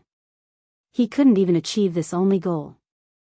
Especially in the last 2 years, his Tai Chi stage didn't improve, but it seemed to be stagnant. Of the 11 stages of Tai Chi, he had originally cultivated to the 4th stage, floating clouds and willow catkins without roots, flying with the vast heaven and earth. For 2 years, his heart didn't understand anything, his strength didn't increase, and his martial arts didn't improve. For the first time in his life, Fang Yen felt panic. This time, he ran away not only to escape the fate of being defeated and humiliated by Yi Ro again, but also to avoid his flaws being exposed in front of others. He was the hope of the Fang family. He didn't want to see everyone disappointed. He was proud. He was as proud as Yi Ro. He had a proud heart, but he was always slapped in the face by Yi Ro. This made him gradually become shameless. However, these were all given to him by others or his family. What do I really want? This was the first time someone asked him this question, and it was also the first time Fang Yan thought about it. In ancient times, there were 3 immortal things, called Li De, and Li De. Life is only 100 years, it's gone in a flash. The body dies easily, but the spirit is immortal. Fang Yan, are you going to make a contribution or a statement? Fang Yan looked up at Lu Gong, who was looking at him expectantly. That was the expectation an elder had for a junior, the expectation a family had for their closest relative. This was the expectation that the inheritor of a culture had for the inheritor. Fang Yan's mouth opened slightly, but no words came out. Lu Gong walked up to Fang Yan, patted him on the shoulder, and said, "No matter what, a person must have a mind. Even if you are a teacher, you must be different from others. You are still young and have a long way to go. Think about it slowly. There's no hurry." Grandfather. Fang Yan looked up at Lu Gong. Lu Gong was overjoyed. Could it be that after his warning, his grandson, Fang Yan, had finally decided to give up martial arts and enter the literary world, turning over a new leaf and becoming an educator with ideals and pursuits? If that was really the case, then the Lu and Fang families were really lucky. "I won't do this again," Fang Yan said as if he was making a promise. His expression was solemn, and his voice was extremely heavy.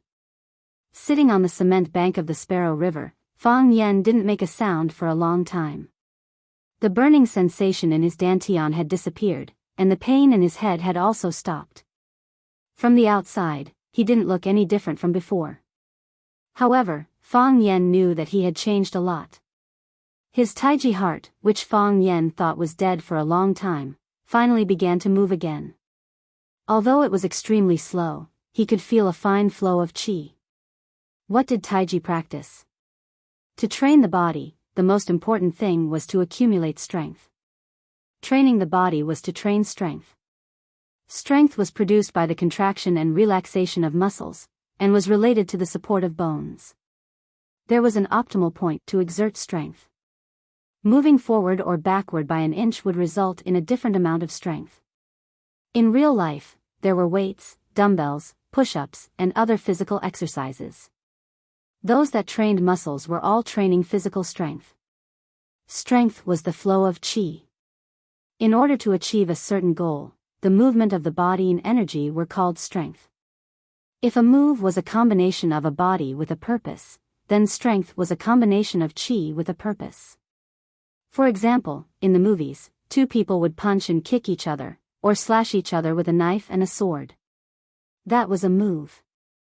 However, when Xiao Feng stood still and waved his hands, suddenly, a huge white dragon roared and rushed toward his opponent. That was the 18 dragons subduing palms formed by the combination of strength and qi. From the special effect, it could be seen that strength and qi were of a higher level than strength. Fang Yan was born in a Taiji family, so he had a deep understanding of the differences between strength, and qi. The Taiji heart was a circle formed by qi in the dantian. It couldn't be seen or touched, but it could be clearly felt. The circle of qi rotated freely, and thousands of threads flowed into the 360 acupoints and 84,000 pores in the body. It was very comfortable. It was a gas station that supplied qi to every meridian and acupoint in the body. 3 years ago, Fang Yan discovered the Taiji heart. 2 years later, the Taiji heart was still. Now, it had finally come back to life. Fang Yan was so excited that he wanted to shout and yell to vent. If he hadn't discovered that his Taiji heart had disappeared, he wouldn't have done such a shameful thing as running away from home. Of course, it was a blessing in disguise. He hadn't been out for long, but after hearing what his grandfather, Lu Gong, said, he activated the Taiji heart again. Why? In Fang Yan's heart, he found the answer that he couldn't figure out. "You lack spirit," his grandfather said. This sentence pointed to Fang Yan's heart.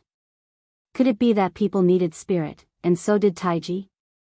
Only when people had spirit would they have a soul. And when Taiji had spirit. Yes, when Taiji had spirit, it had chi. Fang Yen was suddenly enlightened, and he couldn't help but want to praise himself for being a genius. But when he remembered that he promised his grandfather that he wouldn't do anything stupid again, he could only suppress this impulse in his heart and secretly gave himself a thumbs up to comfort himself. Hey! A girl's voice came from behind. Fang Yen turned around and saw Chinitian in a white school uniform standing in the grass under the ginkgo tree. The leaves and grass were covered with dew, crystal clear and crisp, like a young and beautiful girl. Fang Yen looked at Chinitian in surprise and asked, "Chinitian, why don't you go to class again?" "I'm waiting for the language class in the afternoon." Chinitian smiled. She patted the white bag on her shoulder and said, "Look, I even brought a raincoat." After school yesterday, Fang Yen gave the students a task. They must bring raincoats to class today. There was a light rain in the morning, but it stopped now. But the sky was still gloomy, and the clouds were very low. It seemed that it would rain again in the afternoon. "Don't you have to go to other teachers' classes?" Fang Yen said angrily. "Skipping class is bad behavior. It will bring a bad influence to other students." "Is that so?" Chinitian tilted his head and thought for a while, then said, "So what?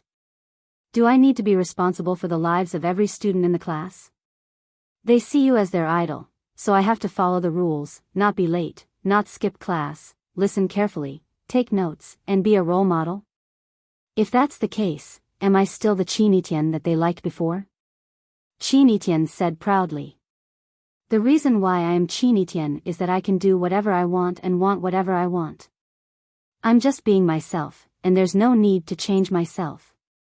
Fang Yen shook his head with a bitter smile and said, "You are really not likable. You will like it." Chinitian looked at Fang Yen and said very seriously, "Even if you don't like it now, it doesn't matter, because we still have a long time.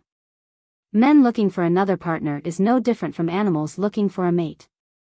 They will find the one who has the same smell. Why do I have to like you? To satisfy your bad taste? It's not like that." Chinitian took off the other earphone on his right ear, shook his hair to make it more supple, and said, "I think you are a very interesting person, and so am I. If we are together, will it be more interesting?" "I don't think I deserve you," Fang Yen said. These days, it was popular to give people a good person card. When you didn't like someone, you could say, "You are a good person, but I don't think I deserve you." Not only did you reject the other person, but you also made the other person feel that you were superior. That's right, Fang Yen was rejecting Chinitian. He wanted to make the other person retreat, so that even if she was rejected by him, she wouldn't hold a grudge. "Listen, I don't deserve you, so I belittle myself to raise you. What else do you have to say? If you say that I have no conscience, do you still have a conscience?" "It's true." Chinitian nodded and said. "But I will give you more time and more opportunities. There are 2 fires in your name, but they are 2 dead fires. I think I will have the opportunity to ignite them, right?" Fang Yen. "What? Do you have time?" "What? Go shopping with me." "What?" Chinitian smiled and said, "It seems that all the couples in the world like to go shopping. I was wondering, what kind of feeling is this?" Fang Yan's curiosity was also aroused, and he said, "Indeed. It's boring to go shopping alone. If 2 people go shopping, will there be any difference? Can we get a discount when we eat and buy things? Oh, the merchants really know how to do business."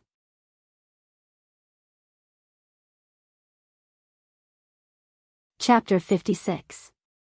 Today was really not a good day to go shopping. The sky was dark, and the clouds were getting lower and lower. The cold wind blew on his body, and his hair and face were unconsciously soaked by the sporadic rain falling from the sky. There were no bright smiles blooming in the sun, no suspenders showing beautiful collarbones and slender necks, no beautiful legs wrapped in black stockings. Oh, there were a few beautiful women who were not afraid of the cold and insisted on bringing benefits to people. Fang Yen sincerely admired them in his heart. They didn't travel because of the long journey, they didn't fall in love because they were hurt, and they didn't wear black stockings because the weather was cold. These behaviors were all hooligans. Because of the weather, there were few people on the pedestrian street today. Fang Yen, who was wearing a black buttonless Chinese tunic suit, and Qinitian, who was wearing a white school uniform and blue trousers, walked side by side, very eye-catching. Fang Yen was delicate and handsome, and he always had a smile on his face when he walked. He raised his head slightly, looking quite proud, as if he had just beaten Yi Ruru hard, instead of being beaten by Yi Ruru and running away from home. Qinitian was like a lotus flower in clear water, without any makeup. But that face without makeup gave people a soul-stirring beauty. She had shoulder-length hair and a slender figure. What was more outstanding was her temperament, walking in the crowd like a queen inspecting her subjects. She didn't say anything, didn't do anything, just walked on quietly. However, everyone couldn't help but cast their eyes on her. A talented man and a beautiful woman, a match made in heaven. Probably this was the scene they were talking about. Because of the lack of business, many salespeople and owners of stores were looking out. There was surprise and envy in their eyes. But most of them were admiration. That girl is so beautiful, like a fairy in a painting. The boy is also very handsome. But the clothes he is wearing are too old-fashioned. If he changed into our new sweatshirt, it would be more matching. It was just a simple matter of a man taking a girl out for a walk, but it had become the material and seasoning of their discussion. Qinitian was very tall, almost reaching Fang Yan's chin. Fortunately, she was tall. Otherwise, she would not have been able to control her innate aura of supremacy. I really don't know what's so great about her, Fang Yan thought to himself. Just because she's pretty, strong, and good at her studies, she can be so arrogant? If that's the case, shouldn't I write a sign around my neck with the words "I am teacher Qinitian, Fang Yan" written in red? Did Fang Yan do that? No.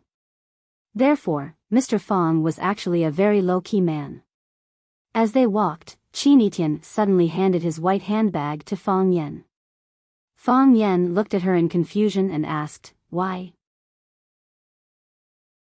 The boys seem to give the girls their backpacks, Qinitian said, pointing at the few couples on the street. Fang Yan studied it carefully. It was exactly the same as what Qinitian said. The girls were shopping happily, and the boys were carrying female bags, not knowing whether to laugh or cry. Must it be like this? Fang Yan asked. Qinitian did not answer. She looked at Fang Yan and nodded lightly. Her smile was faint, indifferent, and elegant. Ba, ba, ba. Fang Yan quickly spat in his heart. What's wrong with me? Why do I always think of words like noble, elegant, and tall when I'm around this girl? What's so elegant about a smile? I'm being cheap. Fang Yan scolded himself in his heart. I must stay true to myself. I can't be easily bewitched by this little fairy, little witch. Fang Yan took Qinitian's white bag and carried it on his shoulder. He looked at it carefully and was happy. This bag matched him quite well. When they walked to the door of a Hong Kong-style fishball restaurant, Qinitian stopped again. Hungry? Fang Yan asked. No. Qinitian shook his head. Then what do you want to do? Qinitian pointed at the couples who were lining up and said, It seems that they all like to eat this. You go and line up too. Fang Yan and Qinitian, each holding a bowl of fish balls in their hands, stood at the door of an Italian restaurant. Fang Yan chewed the hot fish balls and asked, Miss, can we go in and eat together? Is there a discount? The waitress nodded with a smile and said, Sir, our restaurant is having a promotion. Today is the last day. If 2 people eat, one of them will get a 50% discount. Fang Yan and Qinitian looked at each other and thought that these businessmen really knew how to do business. After eating and drinking to his heart's content, Fang Yan went to the washroom. When he came back, Chinitian was paying the bill with his card. Fang Yen said reproachfully, "This kind of thing should be done by a man. How can I let a girl pay the bill? Where do you want me to put my face?" The waitress looked at Fang Yen with appreciation and thought that this man was very good. "You don't have money like me." Chinitian signed her name on the receipt printed out by the POS machine without hesitation. Fang Yen felt a pain in his chest as if he had been stabbed by a knife. He felt that he had completely lost face this time. Therefore, the waitress looked at Fang Yen with eyes full of contempt. After the meal, Fang Yen accompanied Chinitian to continue shopping. Passing by the door of a shop called Jiangnan Silk and Satin Shop, Fang Yen took the initiative to stop. Chinitian looked up at the name of the shop and then looked at the cheongsam and silk scarves sold inside. He understood and a faint smile appeared on the corner of his mouth. "Let's go in and have a look," Fang Yen said with a smile. "You treat me to dinner, and I'll buy you a small gift." "Okay."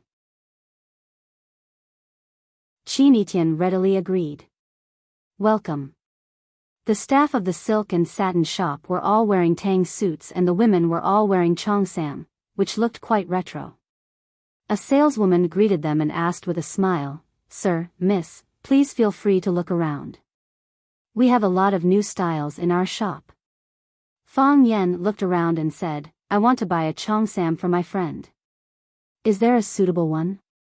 The saleswoman had already seen Chinitian beside Fang Yen. Such a beautiful girl could not be ignored by men and women. She said, "Why not? To be honest, I haven't seen a woman with more temperament than this lady. She looks good in any clothes. Then let's go out and buy a set of sportswear." Fang Yen joked. "No, no, no." The saleswoman knew that she had said the wrong thing and quickly asked them to stay. "This lady. Call her a girl. She is still a student." Fang Yen corrected her. "Okay.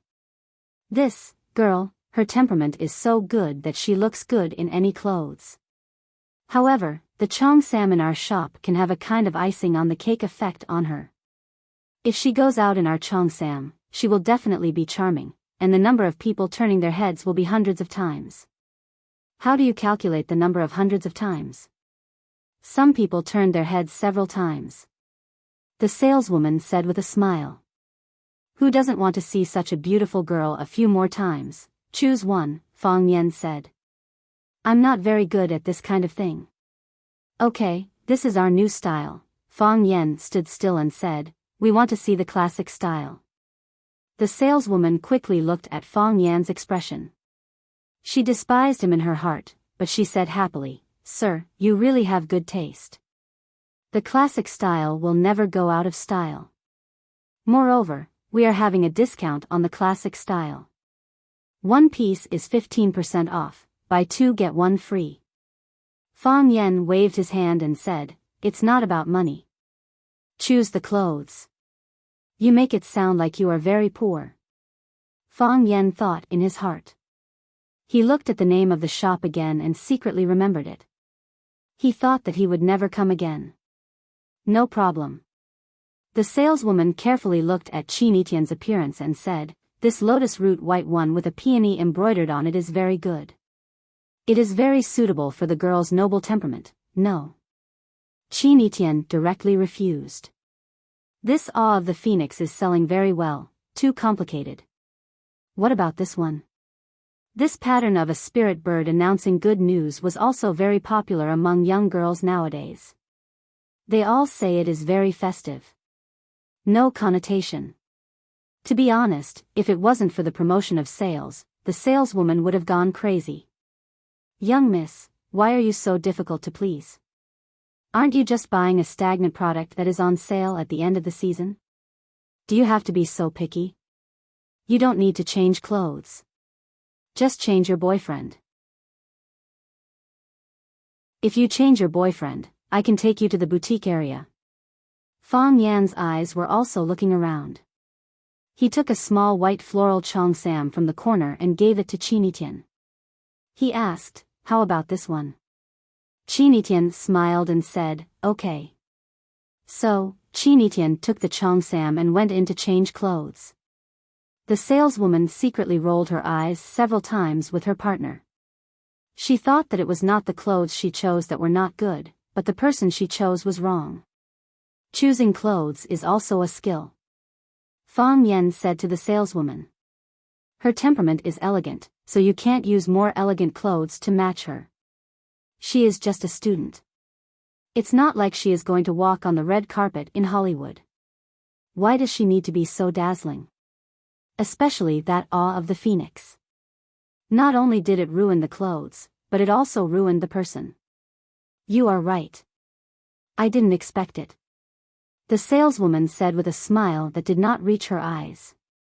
I didn't expect you to be so knowledgeable about clothing matching, because I see a lot of people. Fang Yen said with a smile. I knew you don't like me. The wooden door of the changing room opened. Chinitian, who was wearing a floral cheongsam, stood in front of Fang Yen. Fang Yan's pupils dilated. He hurriedly wondered if he had forgotten something important. Oh, it was a heartbeat.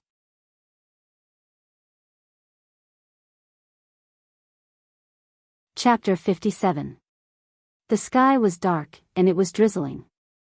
The walls were white, and the roof tiles were gray. Moss crawled up the walls, and the Boston creeper crawled out of the courtyard to look at the new world outside. The wooden door was old and peeling, but the copper lock had been polished to a shiny shine due to the passage of time. In this remote and narrow alley, there were usually very few people passing by here. Only a few old residents walked in and out. Occasionally, a photographer with a unique eye would bring a girl in a white dress over to take artistic photos, and then take her to a room to have sex. However, today, there was a large crowd gathered in this alley. 40 students in raincoats stood in this alley, chatting and laughing in groups of 2 or 3. The line stretched infinitely, and it looked quite lively and spectacular. 2:30 p.m. It was the time for classes at Rosefinch Secondary. A student looked at his watch and said, Huang Haoran, why isn't Mr. Fang here yet? It's almost time for class. That's right. He asked you to bring us here, so why isn't he here yet? Don't worry, everyone. Mr. Fang must have gone to borrow a boat. Didn't he borrow a boat at Sparrow River last time? Li Hao, are you crazy? This isn't Sparrow River. Where did Mr. Fang go to borrow a boat? Where did he come from if he borrowed a boat? I'm just joking. You really don't have a sense of humor. Huang Haoran frowned slightly, hesitating if he should give Mr. Fang another call to urge him. Zheng Guodong, Li Yang, and Chen Tao had also come to class today, because they really couldn't take any more days off. Moreover, if they kept taking days off, even if Fang Yen couldn't control them, they would have already lost the war. However, they had learned their lesson and didn't rashly say anything to start a war. Chen Tao took out a cigarette and smoked it, then took the initiative to light it for Zheng Guodong. He said sarcastically, I wonder what this idiot is up to this time. Maybe it's a surprise? Zheng Guodong laughed coldly. In any case, we'll just follow the plan we discussed. We won't take the initiative to provoke him in order to avoid giving him something to use against us. This time, even Zhang Xiaofeng, that old fellow, stood up to protect him. Even my father is not very easy to talk to. However, if you don't court death, you won't die. With this guy's personality, sooner or later, he'll help us catch him. At that time, we'll kill him in one strike and chase him away. Zheng is right. Li Yang agreed. Let's just watch from the sidelines and wait for him to make a mistake. Didn't I already make a mistake? Chen Tao chuckled. It's class time, but the teacher is nowhere to be seen. Do you think we should report this to the school? As the class monitor of Class 9, I should make a phone call to the Academic Affairs Office. Zheng Guodong said proudly as he took out his phone from his pocket and prepared to dial. Mr. Fang is here, someone in front exclaimed. Then, a group of people rushed in the direction where Fang Yen came from. Just now, Jing Guodong and the other two were still standing in the middle of the crowd. In the blink of an eye, half of the alley was only left with the three of them standing there alone. The three of them felt a little sad in their hearts. It seemed that they had been separated from the majority of the people. Zheng. Li Yang looked at Jing Guodong with an embarrassed expression. Now, they were faced with a dilemma. If they joined in, they would feel very embarrassed. If they insisted, not only them, but probably all the students would feel embarrassed. I'm the class monitor. I still have to maintain discipline. Jing Guodong said. Yes, yes. That's it. Li Yang said with a smile. Fang Yan looked at the smiles on the students' faces and knew that they were happy and looking forward to the two classes today. This was the effect he wanted. If the students wanted to learn and were willing to learn, there was no need to worry about their grades. Huang Haoran, is everyone here? Fang Yan asked. There are 41 people in the class. Qinitian isn't here yet, Huang Haoran said. He didn't ask for leave either. Yes. Fang Yan nodded. Qinitian will be here in a while. Since Qinitian had already asked for leave from Fang Yan, Huang Haoran had nothing else to say. Fang Yan looked at everyone with a smile and asked, Now, you should know which text we're going to learn today, right? Alley in the Rain, all the students shouted in unison. They were learning Farewell to Cambridge Again, on the Sparrow River. It was raining today, and they were brought to this old alley by the language class representative. How could they not know which text they were going to learn today? That's right. Today, we're going to learn Alley in the Rain, Fang Yan said with a smile. We've learned Farewell to Cambridge Again earlier, so everyone should have a basic understanding of modern poetry. I've also let everyone try to compose a poem, and quite a few of you wrote quite well.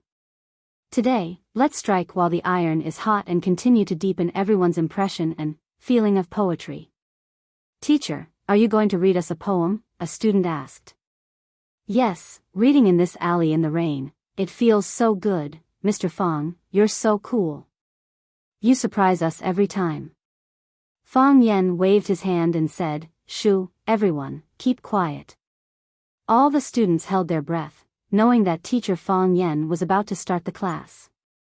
Fang Yan combed his hair, making it look even messier. Then, he borrowed a pair of black-rimmed glasses from a male student and put them on the bridge of his nose, making him look more artistic. Bang! He opened the oil paper umbrella in his hand and raised it to cover his head. Fang Yan held the umbrella and walked to the middle of the alley. He looked into the distance and softly recited, holding the oil paper umbrella, alone. Wandering for a long, long time. And a lonely alley in the rain. I hope to meet a girl like a lilac, a girl with a grudge, clack. Clack. Clack. A girl wearing a white qipao with floral patterns slowly walked over. Her long hair was coiled up on top of her head, and the red high heels on her feet tapped on the stone path, producing a clear and melodious sound. Heavens, there's really a lilac girl, that's Qinitian, it's Qinitian, oh my god, Qinitian is so beautiful. She's so beautiful. My goddess, even Jing Guodong, Li Yang, and Chen Tao were excited. Jing Guodong grinned and said, Fortunately, we're here. Otherwise, we wouldn't be able to see Qinitian. Huang Haoran was the class representative of the Chinese department. He had the responsibility to maintain class discipline. Now that the students were disturbing teacher Fang Yan's class, he could only stand up and remind everyone to keep quiet. Seeing Huang Haoran's action, the students immediately fell silent. Jing Guodong opened his mouth, but he finally swallowed the words he wanted to say. He was afraid of causing public anger, and even more afraid of incurring the wrath of the goddess. He was also a pursuer and admirer of Qinitian. Fang Yan was more and more satisfied with Huang Haoran. He thought to himself, I'll hold an election in a few days to promote Huang Haoran as the class representative of the Chinese department. It would be great if I could remove Jing Guodong as the class monitor. As the class monitor, he didn't fulfill his responsibilities as a class monitor. Instead, he brought about an extremely negative impact on the class. Unfortunately, Fang Yan isn't the class monitor, so he can't decide the appointment of the class monitor. I'm the descendant of Fang's Tai Chi, but I can't decide the appointment of the class monitor, a small student official. There doesn't seem to be any connection between the two, right? The alley quieted down again. Only the sound of wind and rain, as well as the tapping of high heels on the ground, could be heard. Qinitian, who was holding an oil paper umbrella, got closer and closer. Her simple, elegant, and beautiful face became more and more refreshing.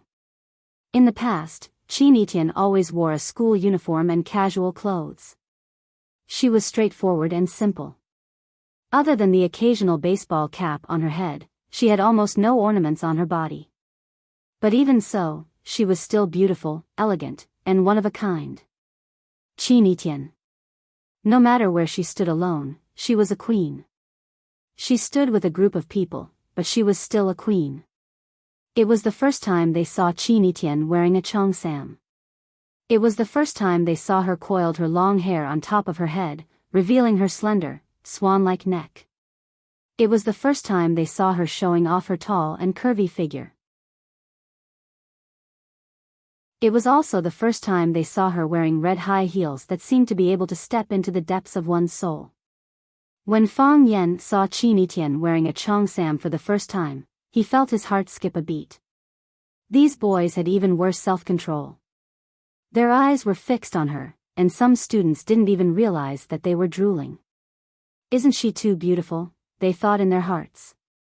Fang Yan's voice pulled them back to reality in time. He recited with anticipation and affection, she has the color of lilacs, so all the students looked at Qinitian's color. In the hazy smoke, she walked over gracefully, like a goddess. No, she was a goddess. The fragrance of lilacs, although they didn't smell it, no one would deny that Qinitian had the fragrance of lilacs. Oh, it was even more fragrant than lilacs. The sadness of lilacs, Qinitian's face was expressionless as she walked with her umbrella in hand. However, at this time and place, in this situation, they all felt that Qinitian was indeed sad and lonely. She was so excellent and had no friends. How could she not be lonely? Sorrowful in the rain, sorrowful and hesitant, Qinitian walked towards Fang Yan, and the two walked forward face to face. The girl floated past me, she silently went far, far away, to the decadent fence, walked through this rainy alley. Qinitian and Fang Yan brushed past each other. The two didn't speak, didn't nod to greet each other, and didn't make eye contact. The two strangers in the vast sea of people met by fate, but they didn't know each other. As the high heels walked further and further away, Fang Yan couldn't help but turn around and look. Her expression was confused, and her eyes were sad. It's like a sad love story, a girl said in a low voice, her eyes red.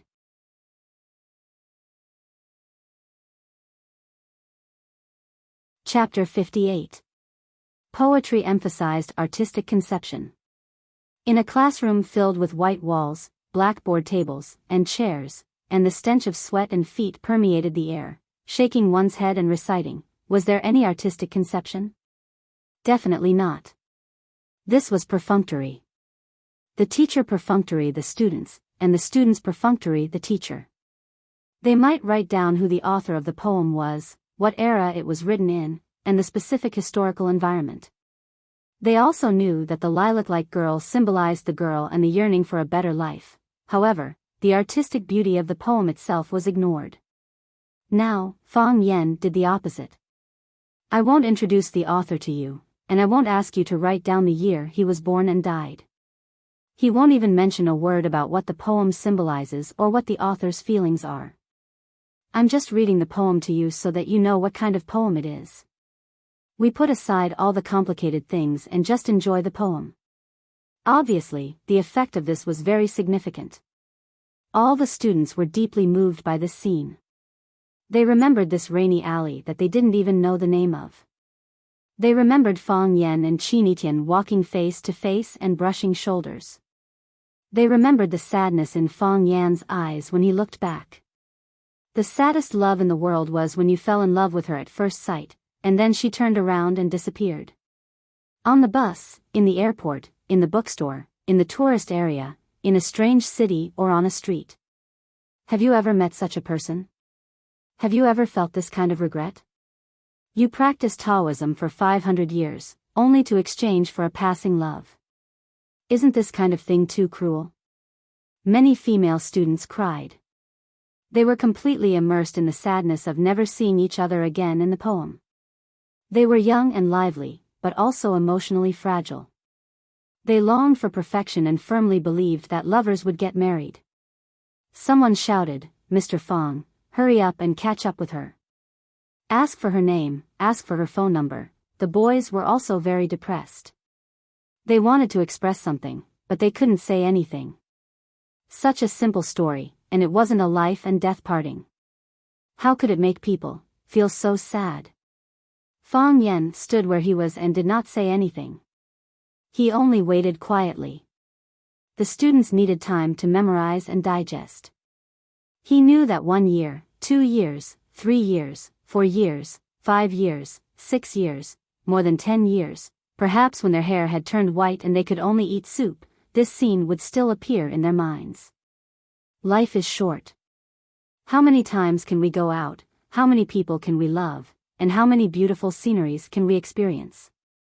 What reason do they have not to remember it? Cluck.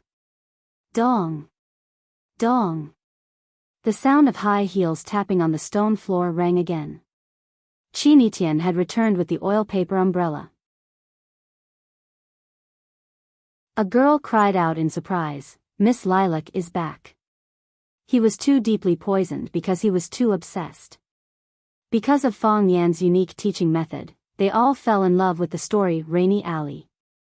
Just like how you would want to know a celebrity's height, 3 measurements, what kind of food she eats, and what color underwear she wears, even without Fong Yan's reminder, they would also search for information about the author and the poem.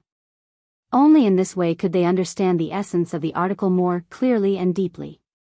This was the difference between active learning and passive learning. This was also the difference between an ordinary teacher and an ultimate teacher.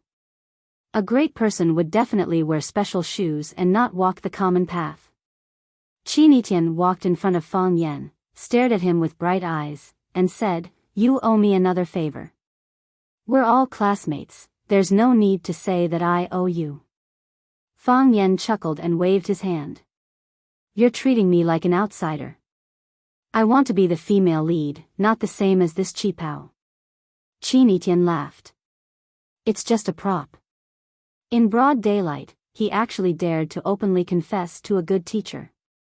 This was simply too much. Fong Yan was so angry that he laughed at Chinitian. "How is this a prop?" Fong Yan explained. "This is a performance. I'm the poet, you're Miss Lilac. If you're a prop, then wouldn't I be a prop too? I'm Chinitian. I know. You're just temporarily Miss Lilac. The character you're playing is Miss Lilac. Just like when you rehearsed the play Romeo and Juliet before you played Juliet. We did this because of love and interest, right?" "No," Chinitian said. Fong Yan felt that this girl was really difficult to communicate with. It seemed that he had to make a suggestion to the school to teach interpersonal skills from middle school. "I rehearsed the play Romeo and Juliet because I like this story," Chinitian said with a serious face. "I wore the cheapao as Miss Lilac because I like you." "I don't believe it." "How do you prove it?" "You play Miss Lilac 40 times and pass by every student in class 9. Fong Yan shamelessly made a shameless request. After saying that, he was so ashamed that he couldn't lower his head. Because when he looked down, he could see Chinitian was staring at him with wide eyes. "Okay." Chinitian actually nodded and agreed. "I promise you, not because I'm stupid. Just because I really like to do some things for you." "How about 20 times?" Fong Yan found his conscience and took the initiative to reduce the number. "No, 40 times." Chinitian insisted. "You want me to be a prop, and I want you to remember me. holding an oil paper umbrella, alone wandering in a long, lonely alley. I hope to meet a girl like Lilac. A lilac girl. Cluck. Cluck. Cluck. Chinitian, holding an oil paper umbrella, slowly walked over. The scene was so beautiful that it was intoxicating. The boy's pupils dilated, the muscles on his cheeks trembled, and his hands loosened and clenched. His mouth squirmed, but no sound came out. Yi Xiang, hurry up and recite. Someone urged. Yi Xiang's face turned red, and he said with a sad face, Teacher, I forgot my lines. Fang Yan smiled, thinking that he also made a mistake. This Miss Lilac was too beautiful, and affected the student's performance. I won't make such a mistake next time. Next, Fang Yan said. Because time was limited, everyone only had one chance. He hoped that everyone could grasp it well, but if someone really couldn't grasp it well, Fang Yan didn't know what to say to them. Yi Xiang handed the oil paper umbrella in her hand to the next student, and Chinitian once again held an oil paper umbrella and walked out from another entrance of the alley. She approached silently. As she approached, her eyes cast a breathless gaze. Next, Fang Yan shouted. Number 1 began, number 40 ended. Chinitian was number 41 of class 9. Wearing high-heeled shoes and holding an oil paper umbrella, she walked from one end of the alley to the other, and from the other end to the other end, while the poet was reciting the poem. She was as fresh as a poem, and as beautiful as a painting. Every time someone recited a poem, she walked with the umbrella. No rest, no pause. It was as if she didn't know fatigue. Her expression was as calm as ever, her movements were as elegant as ever, and her long hair was neatly coiled on top of her head. It was still the same the first time she walked. The lilac girl in the poem had only brushed shoulders with the poet once, but Chinitian had walked 37 times. Fang Yan couldn't help but shout for Chinitian to stop a few times. But Chinitian refused. If they wanted all the students to have a chance to recite a poem during class time, they had to cherish every minute and second. Moreover, the students really hoped to have a chance to recite a poem. They were eager, just like rowing a boat in the Sparrow River, to recite a poem. This was the learning method they were looking forward to. In the decay of the rain dispelled her color, dispelled her fragrance. Next, Fang Yan shouted. Chinitian walked for the 38th time. The girl floated past me. She silently walked away, far away. Next, Fang Yan shouted. Chinitian walked for the 39th time. My hope floated past a girl like Lilac, a girl with a heart full of sorrow. Number 40. This was the last student in the class. Except for Chinitian himself. Chinitian stopped and stood under the eaves with the umbrella in the rainy alley. She was slim and elegant, even more beautiful than the lilac girl in the poem. Fang Yan was moved by Chinitian. All the students were moved by Chinitian. Chinitian. Chinitian. Chinitian. They shouted Chinitian's name loudly, their passionate voices breaking the silence of the rainy alley. The cold wind rustled, but everyone felt as though there was a fire in their hearts. Chinitian, thank you, a girl ran over and said. Thank you so much. Señoritian, you're amazing, goddess, you're our goddess. Fang Yan waved his hand and said, it's time for school to end. Let's go home. Roar, the playful students shouted and ran away. More students ran over to say goodbye to Fang Yan and Chinitian before leaving. The figures and voices faded away. Only Fang Yan and Chinitian were left in the alley. Have they all left? Chinitian asked. Yes, Fang Yan said. Chinitian's knees went soft and she was about to fall to the ground.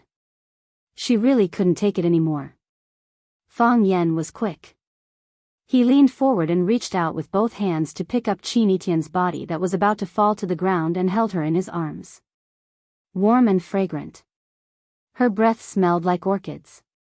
Looking at Chinitian's face, Fang Yan felt that this was really a test for him. But she was his student, Fang Yan quickly looked away.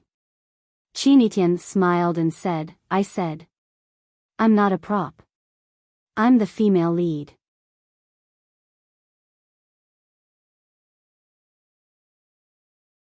Chapter 59. In the milk tea shop, Fang Yan took off the high heels on Chinitian's feet. The small feet, as white as snow and as tender as a new lotus root, appeared in front of him. If it were not for the red and swollen side of the little toe and the worn skin on the heel, there would be almost no flaws. Fang Yan said guiltily, Does it hurt? Yes. Why didn't you say it earlier? I said it, Chinitian said. When did I say it? Fang Yan asked. He asked Chinitian to rest several times, but Chinitian still insisted on walking 40 times. I said I don't want to be a prop, I just want you to remember me. Chinitian pointed to his feet and said, Did that give me extra points? No. Fang Yan pretended to be angry and said. Chinitian smiled and said, You still got extra points. Otherwise, you would have left long ago. Fang Yan put the high heels on the leg of the chair and said, I told you to wear stockings at the time, but you didn't listen. Otherwise, how could your feet be rubbed like this? Chinitian curled his lips and said, Were the earthy yellow stockings you asked for, or the lilac girl in the poem? I also said you could wear black. Then you're still an auntie, Chinitian said. When I wear a cheongsam, I absolutely can't wear stockings. This is a woman's principle of dressing, and I can't violate it. Then you suffer, Fang Yan said. Sit down and wait for a while. I'll go buy you some medicine to rub on.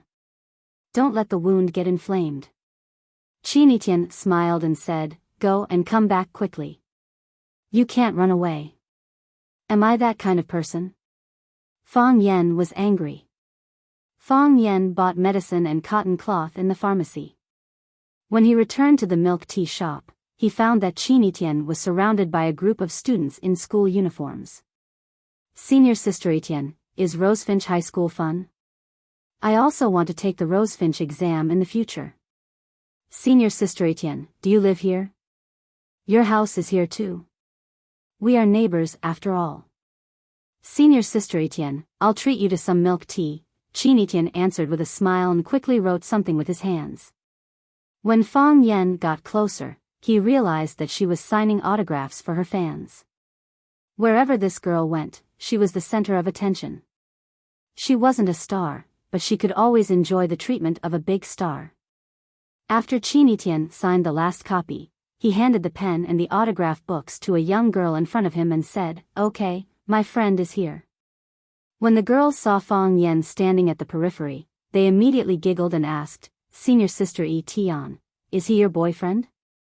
I'm Chinitian's teacher. Fang Yan quickly explained. He didn't want these students to misunderstand. Wow. The girls were full of envy. Senior Sister Etienne has hooked up with the teacher. That's amazing, what the hell is going on? Fang Yan was quite speechless. Chinitian waved his hand and said, Goodbye. Bye, Senior Etienne. The girls waved at Chinitian and left with their cups of milk tea in their hands. When they left, they would look at Fang Yan and Chinitian from time to time. Are they from number 1 middle school? Fang Yan asked. Number 7 middle school, Chinitian said. He's really famous, Fang Yan said. Huang Haoran previously said that Chinitian had been famous since junior high school and was the idol of countless people. Now, it seemed that it was true. Fang Yan opened the cap of the potion and squatted down to carefully apply the potion on Chinitian's red and swollen feet. Hiss. Chinitian shrunk her feet back. She had never been injured before. She was afraid of pain. Fang Yan looked up at Chinitian and said teasingly, Chinitian also has something that she's afraid of? Doesn't Fang Yan have it too? I do. What are you afraid of? Yi-ro. Chinitian's eyes narrowed slightly and said, It sounds like a girl's name. Fang Yan, do I need to treat her as my competitor? After sending off Chinitian, Fang Yan stood at the intersection, feeling lost. This was the intersection where Fang Yan had rented Sister Li's house. The familiar street, the familiar intersection, the familiar steamed bun shop and the black girl who was selling steamed buns. Fang Yan accidentally found the old alley when he was walking in this area. So when he saw from the weather forecast that it would rain today, he immediately told his students to bring raincoats to class. Qin Tian wanted him to accompany him to go shopping, and he happened to remember that he needed a girl. So, the two hit it off. He accompanied Qin Tian to go shopping, and Qin Tian didn't raise any objection when she knew that he gave her the cheongsam for another purpose. Fang Yan was not stupid, and Qin Tian was even smarter. She not only promised to be Fang Yan's model, but she was also willing to be a model for all 40 students in the class. Since she wanted Fang Yan to owe her a favor, she would make this favor bigger. This girl. Fang Yan smiled bitterly. He thought that with his handsome and profound knowledge, he would definitely be liked and favored by girls. However, he had never thought of developing a relationship with his student. She is still a child. Fang Yan thought in his heart. Of course, a child with a mature mind. Fang Yan thought of another girl. He thought of the girl who cried and shouted that it was all his fault when he left with his bag. I hope everything is fine with her, Fang Yan thought in his heart. Teacher Fang Yan. A clear voice rang in his ear. Fang Yan turned around and saw Jiang Qin in his school uniform and carrying a bag at the bus stop not far away. He was looking at him with a surprised expression.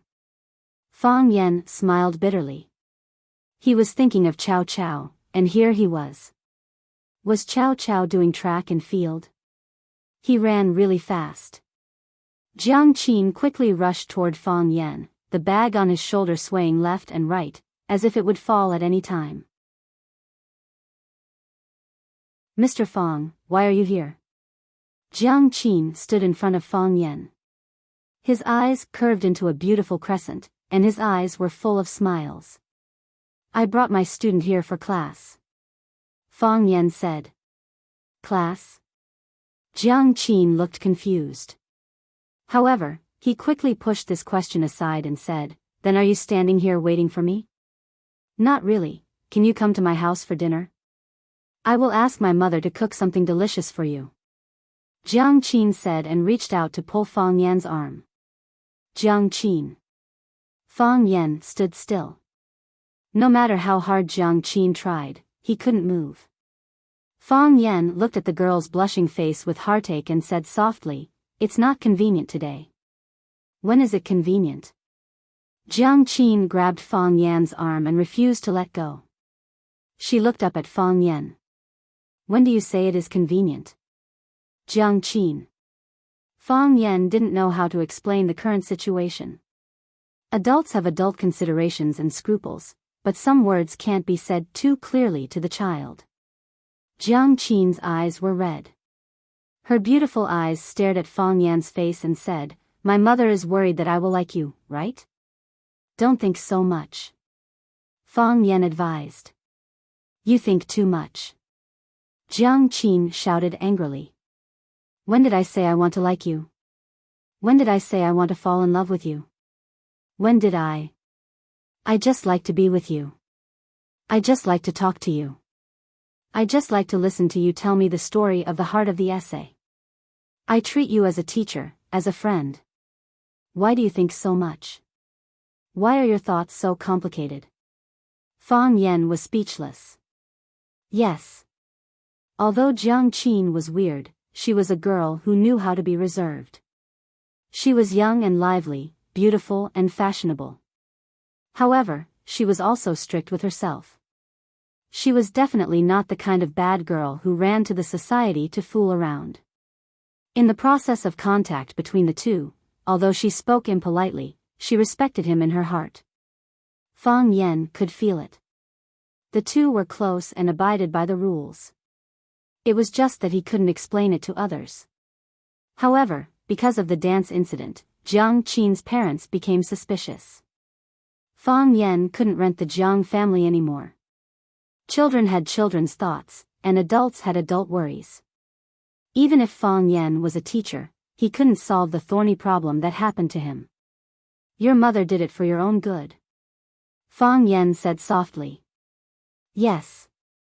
My mother did it for my own good. You did it for my own good. Jiang Qin's voice became louder. At this moment, the little girl's emotions completely exploded. But I'm not good at all. Seeing Fang Yan's helpless and bitter smile, Jiang Qin slowly calmed down. She released her little hand that grabbed Fang Yan's arm and looked at Fang Yan and asked, "You won't go back anymore, will you?" "Yes." Fang Yan nodded. "The school gave me a house. You won't go to my house for dinner anymore, will you?" "I don't think there's any chance." "Then you won't answer my phone anymore? Won't contact me again?" Jiang Qin. Fang Yan looked at Jiang Qin's tear-stained face and said, "You're still a student. The most important thing for you now is to study hard. Don't think about other things. Okay?" Jiang Qin knew that she was powerless to change anything. Just as Fang Yan said, she was still a student. She was still too young. She couldn't do anything. She wiped her tears and took off the bag from her shoulder. She opened the zipper and took out a gray box from inside. "This is for you." Jiang Qin held the box and handed it over. "What is it?" Fang Yan asked. "A white shirt." Jiang Qin said with red eyes. "I like boys who wear white shirts. I like the way you look in white shirts. You must look better than anyone else in it." At that time, falling in love with someone was not because you had a car or a house, but because the sun was shining that afternoon and you wore a white shirt. You're tuning in to the Dreamy Chapters YouTube channel. We're so grateful for your support, and don't forget to subscribe to join us on this incredible journey through captivating stories. Your generosity through donations truly makes a world of difference, as it's the primary source of revenue that allows me to expand and enhance this channel for you. Thank you from the bottom of my heart for being a part of this adventure.